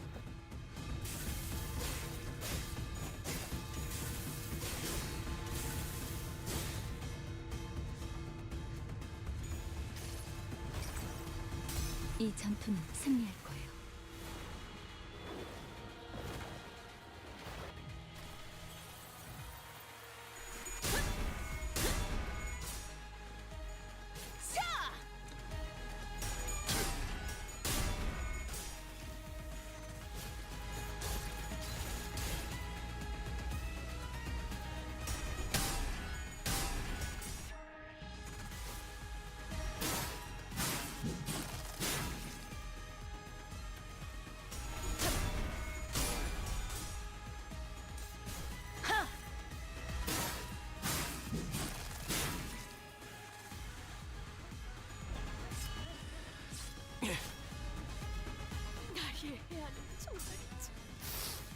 감동적이지 않을 수 없네. 해결사 영웅기에 이런 상담에서 알려준 대로 잘했어. 역시 상담 프로그램을 진행한 건 다행이구나. 누누이 조심하라고 말씀드렸지 언젠가는 않습니까? 이렇게 베일 줄 알았지.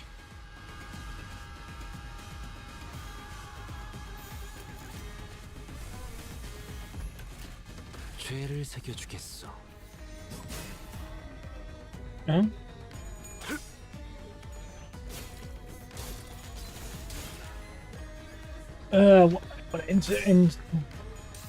She does have a lot of HP though.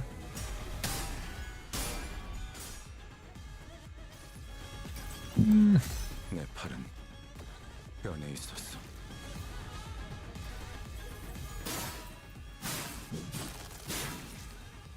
Look at the size of that sword, too.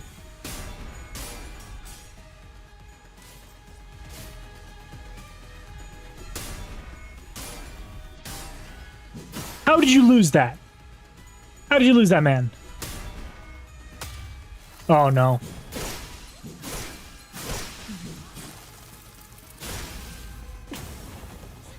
제대로 해. 그러다 죽어버리면 나를 탓할 거잖아. 나를 나쁜 세피라로 만들려는 거야?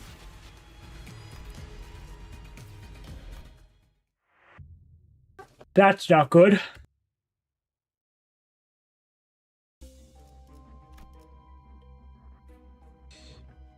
Real not good.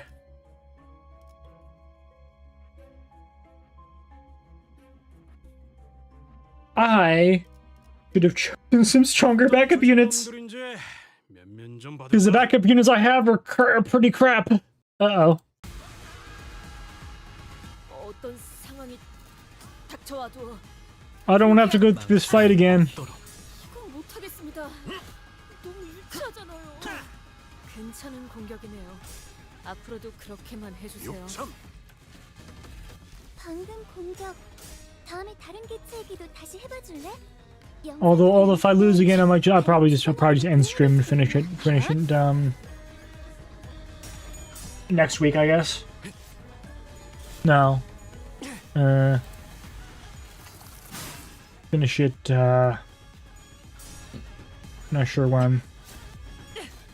Probably Sunday.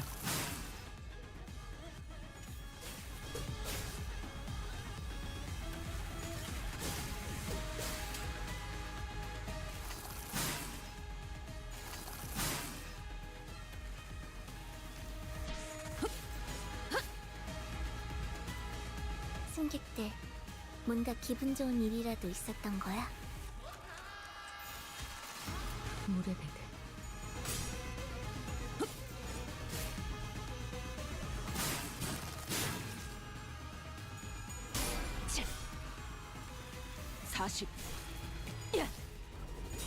먹칠.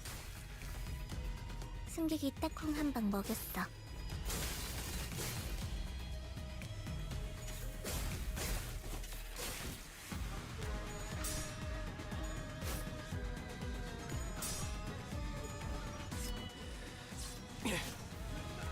You're trying one now.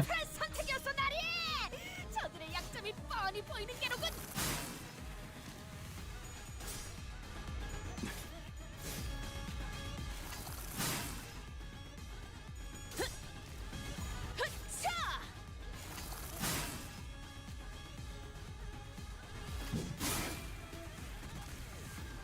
어떤 상황이 닥쳐와도 포기한.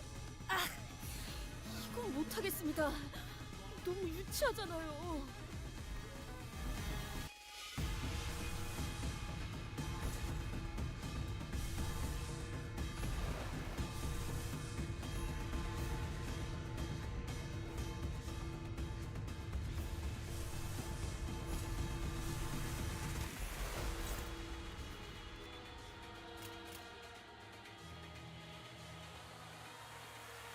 Should be fine. 벤다면 사활을 건다. Oh, I forgot to actually have Merceau use the ego. Whoops.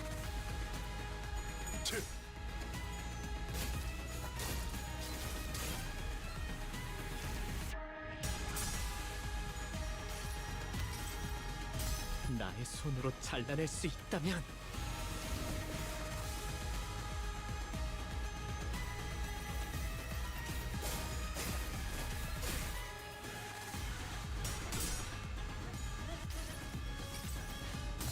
내가 찾은 나만의 항해 방식.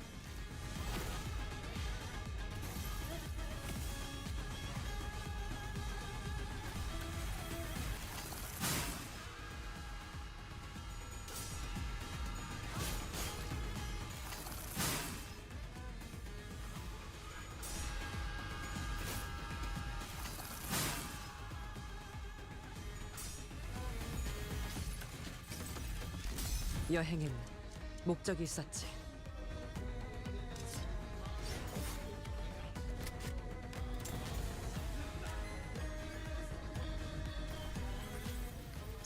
너한테 알려준 대로 잘했어. 역시 상담 프로그램을 진행한 건 잘한 일이야. That looks good. 벤다면 사활을 건다.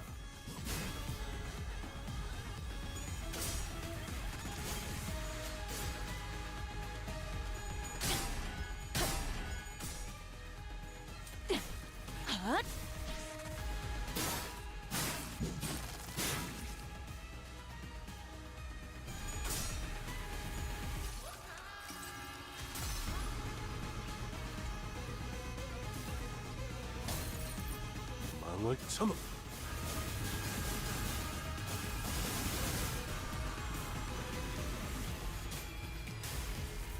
숨을 거두리라. 나의 해안은 정말이지. 감동적이지 않을 수 없네. 아름다운 해결사 것. 영웅기에 이런 구절이 있었지. 그렇지 어디 않아. 보자.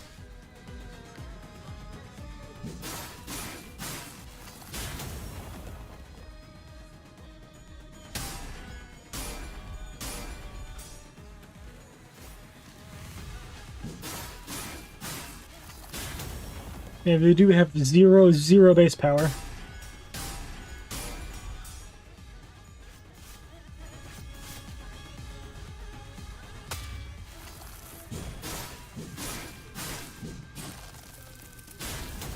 It still does a bunch of damage.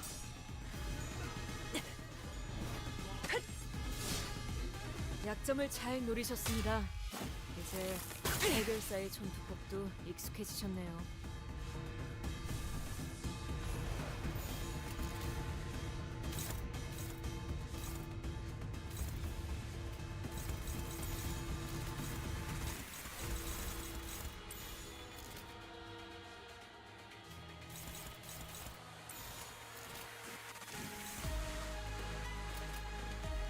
죄를 새겨주겠어.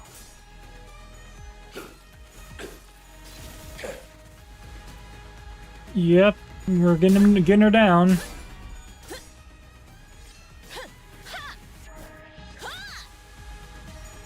But she's still definitely in the fight. How do you have zero SP Angdu? What have you been doing? What have you been doing this whole fight?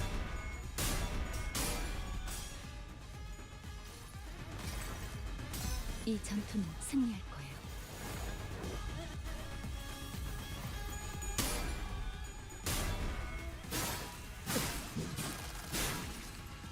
제가 누누이 조심하라고 말씀드렸지 않습니까?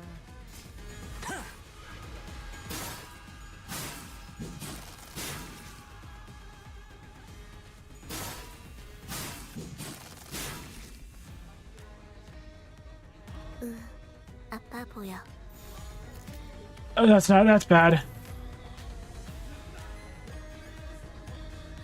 What level is she anyway? Okay, she's not even that much higher level, so that's not gonna work.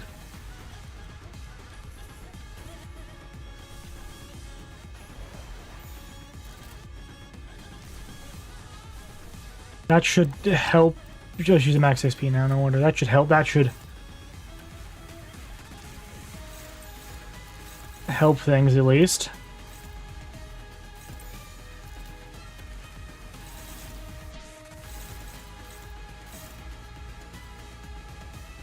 Still not great, but that should help.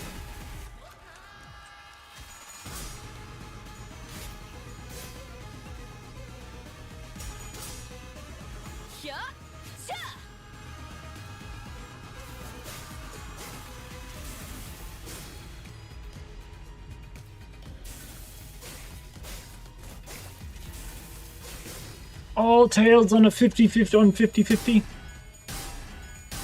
Okay, at least that big one got blocked. 이 전투는 승리할 거예요. We got some healing.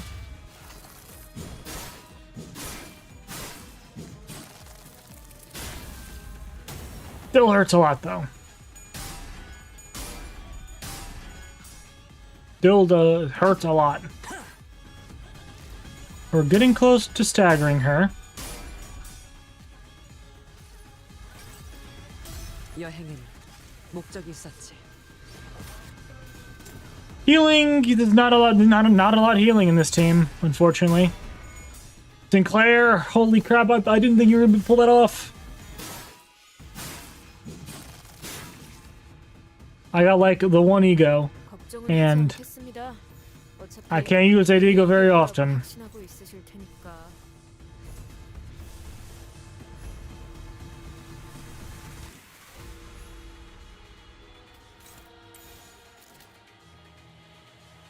죄를 새겨주겠어. Please stagger her.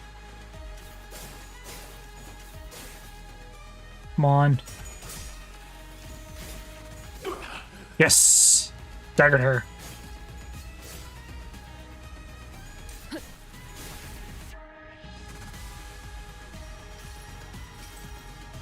여행에는 목적이 있었지.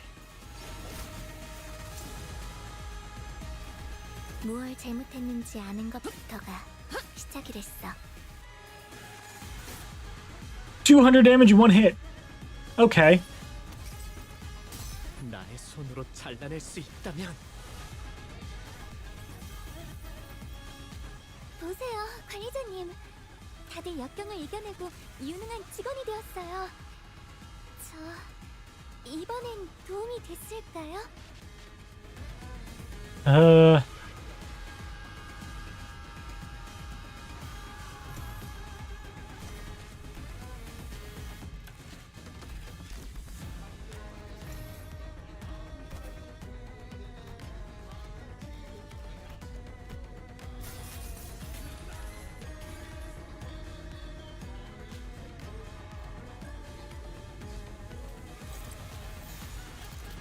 Get her! 물의 배들.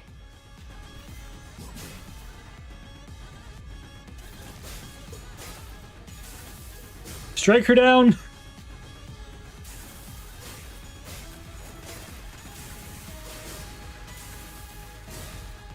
Okay, Angdu, no need to show off. Exactly, go, get her! Get her ass!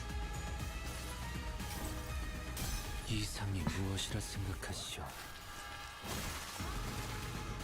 And I got a real strong. And Ishmael should have a real strong attack to close it off. If everyone else fails to take her out.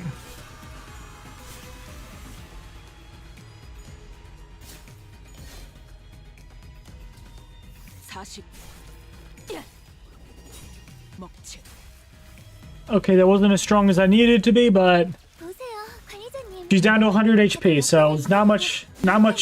Yeah, exactly. Not much to worry about there. She's not as powerful as I recall. Yet weighed down by the brand, I am not so far ahead or behind. I don't know, I think you're doing pretty well. Barely, they appear evenly matched, yet... He's wielding that sword like he's trying to get himself killed. That blade work is far beneath him, seeking the end here, is he?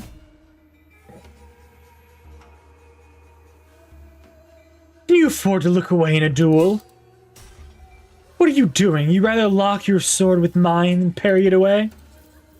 Can't have a proper sword fight without a blade lock, though, huh?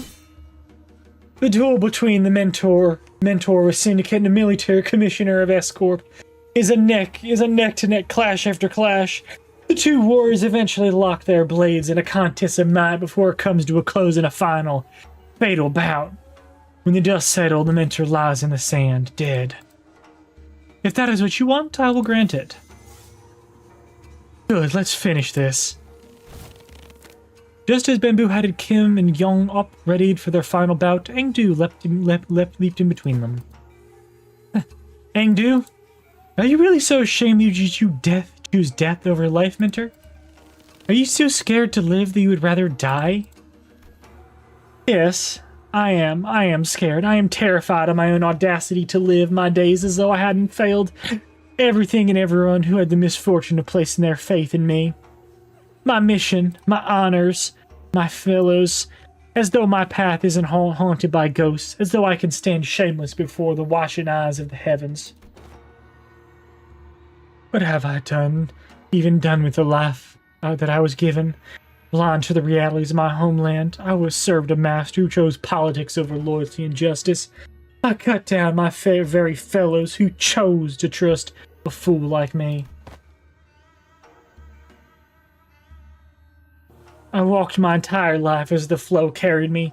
When I finally had the mind to look back, all I saw were the blood-red traces everywhere I had gone. It isn't about time I admitted that this game cannot be won, that...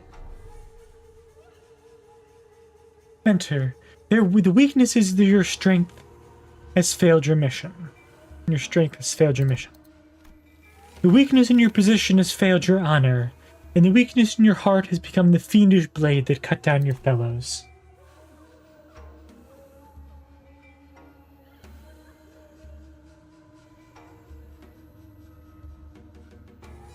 And I thought you were here to talk me to keep living, yet your words pain me so. What weakness of yours is it this time, that you would cast away your own creed in life? What other weakness will you use as an excuse today? Stop trying to bear responsibilities asked not of you. The blade lineage was not about never about responsibility, nor is it about you, mentor. Or does your overbearing guilt help you overestimate your importance? What was that saying again? Fellow travelers in the same boat will aid one another.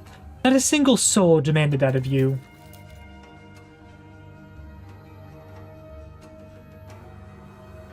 Talk about kicking a man who's down.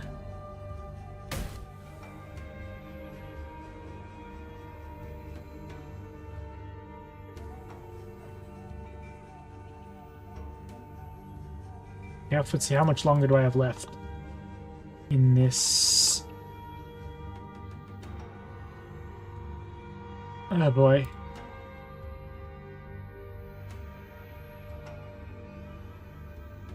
Wait, what do you mean this? What do you mean this is the mid-battle one? Uh-oh. I thought I did. But why does the wiki label this as mid-battle? And then instead of post-battle? That's a bit concerning. But I have enough of that flippin' larking of yours. We all have. Do you truly believe that not a single one of us had picked up on the fact that all your levity was a means of relieving yourself of the burden you'd cast upon your own shoulders? None of us ever demanded some impossible feat from you. What was it that you've always said to describe yourself? That you were but a butchering blade that wields not itself, a tool wielded by willing hands? Why, mentor? I know not of what kind of shame of responsibilities a mere tool has. Do you? Because I fail to see any. If the shame does not subside still, then shroud your face with that bamboo hat of yours and live on. Live on so you may repay your debts. Out of blades, out of arrows. Even the heart that sought death lies defeated at your feet. There is no stone left for my next gambit. There is nothing more. Indeed, perhaps there was some merit in your words, that I must retreat from this silly game of stones and become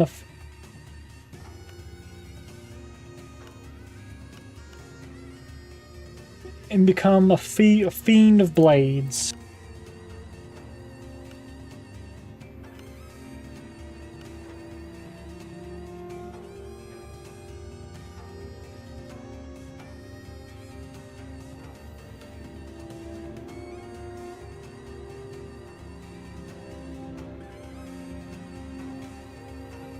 Mentor, that is not what I said. Interesting. Interesting. Whence did you hear that poem? Yet, when inverted, a bamboo hat is like an unladen ship.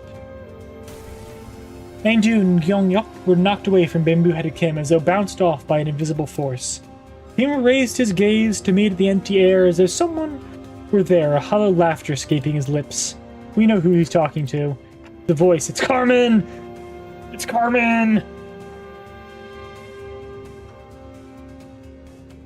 Oh no!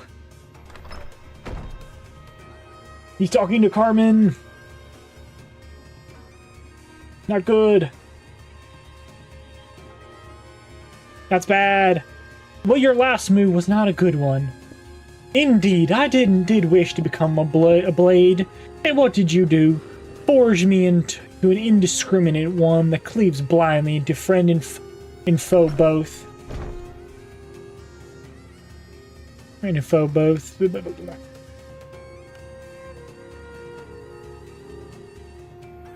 It seems that you, in your excitement, you have cornered yourself with that last move.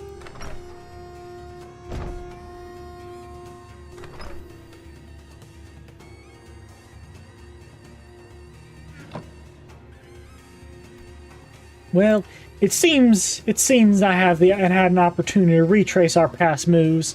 I'm going to try something different this time. Be not so vexed by this round, as you say. We never know what the next game shall bring. I appreciate and will treasure the other bits of your advice, but let us play by my rules for tonight's game. Something's different about this time, isn't it?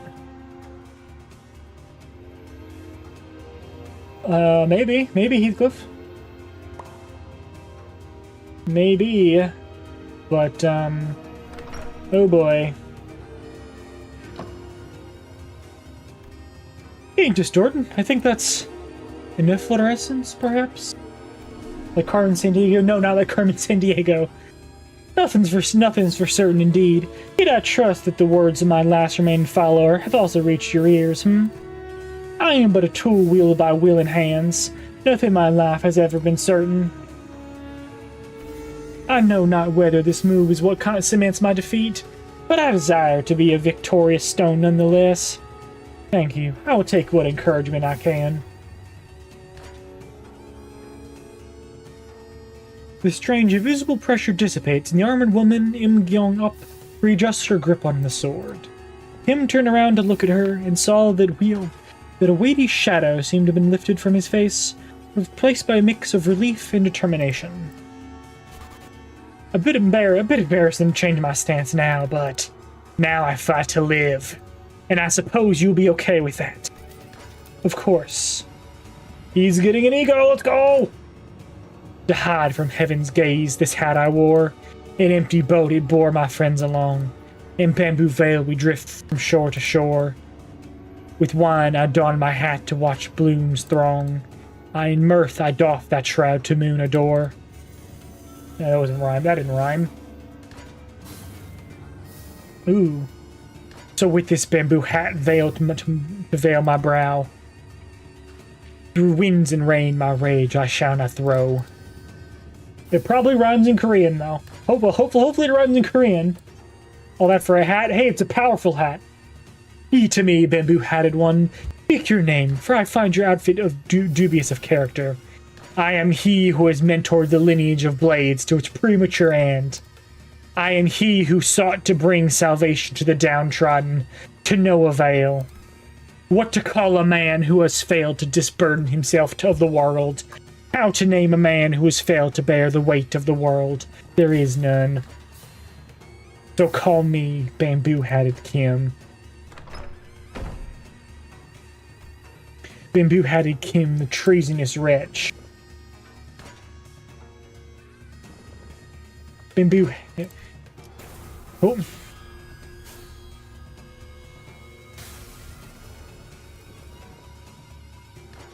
Nice.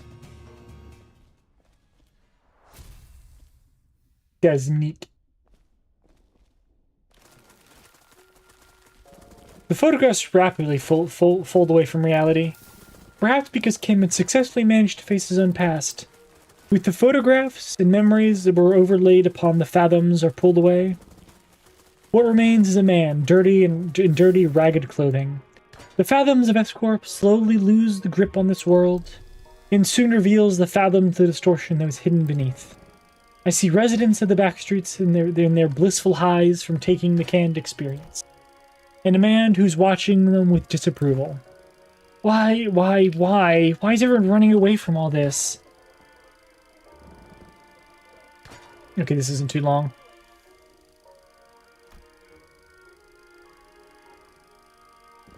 A baker, always surrounded by the smell of freshly baked bread. Florist who makes lovely bouquets after graduating youngsters. a photograph. A photograph who captures beautiful sights to remember. They're all our lives, our experiences. You want to be a billionaire with an extravagant mansion and nest? A legendary fix who can make the syndicates cower in fear just by going on a stroll? What you get from this camp is not real. Is everything in your lives, all this, just empty means to an end? So you can get high on fake purchase experiences nailed into a can? Oof. If that's all your life is, then my life and the photographs I've taken are all... No, it can't be.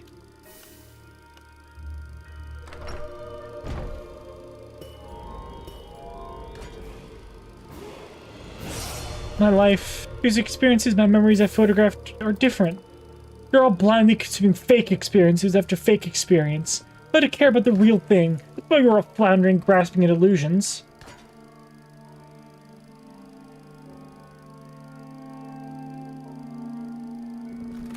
So, let me show you all the things I've shot. The memories, the experiences, the reality of your lives.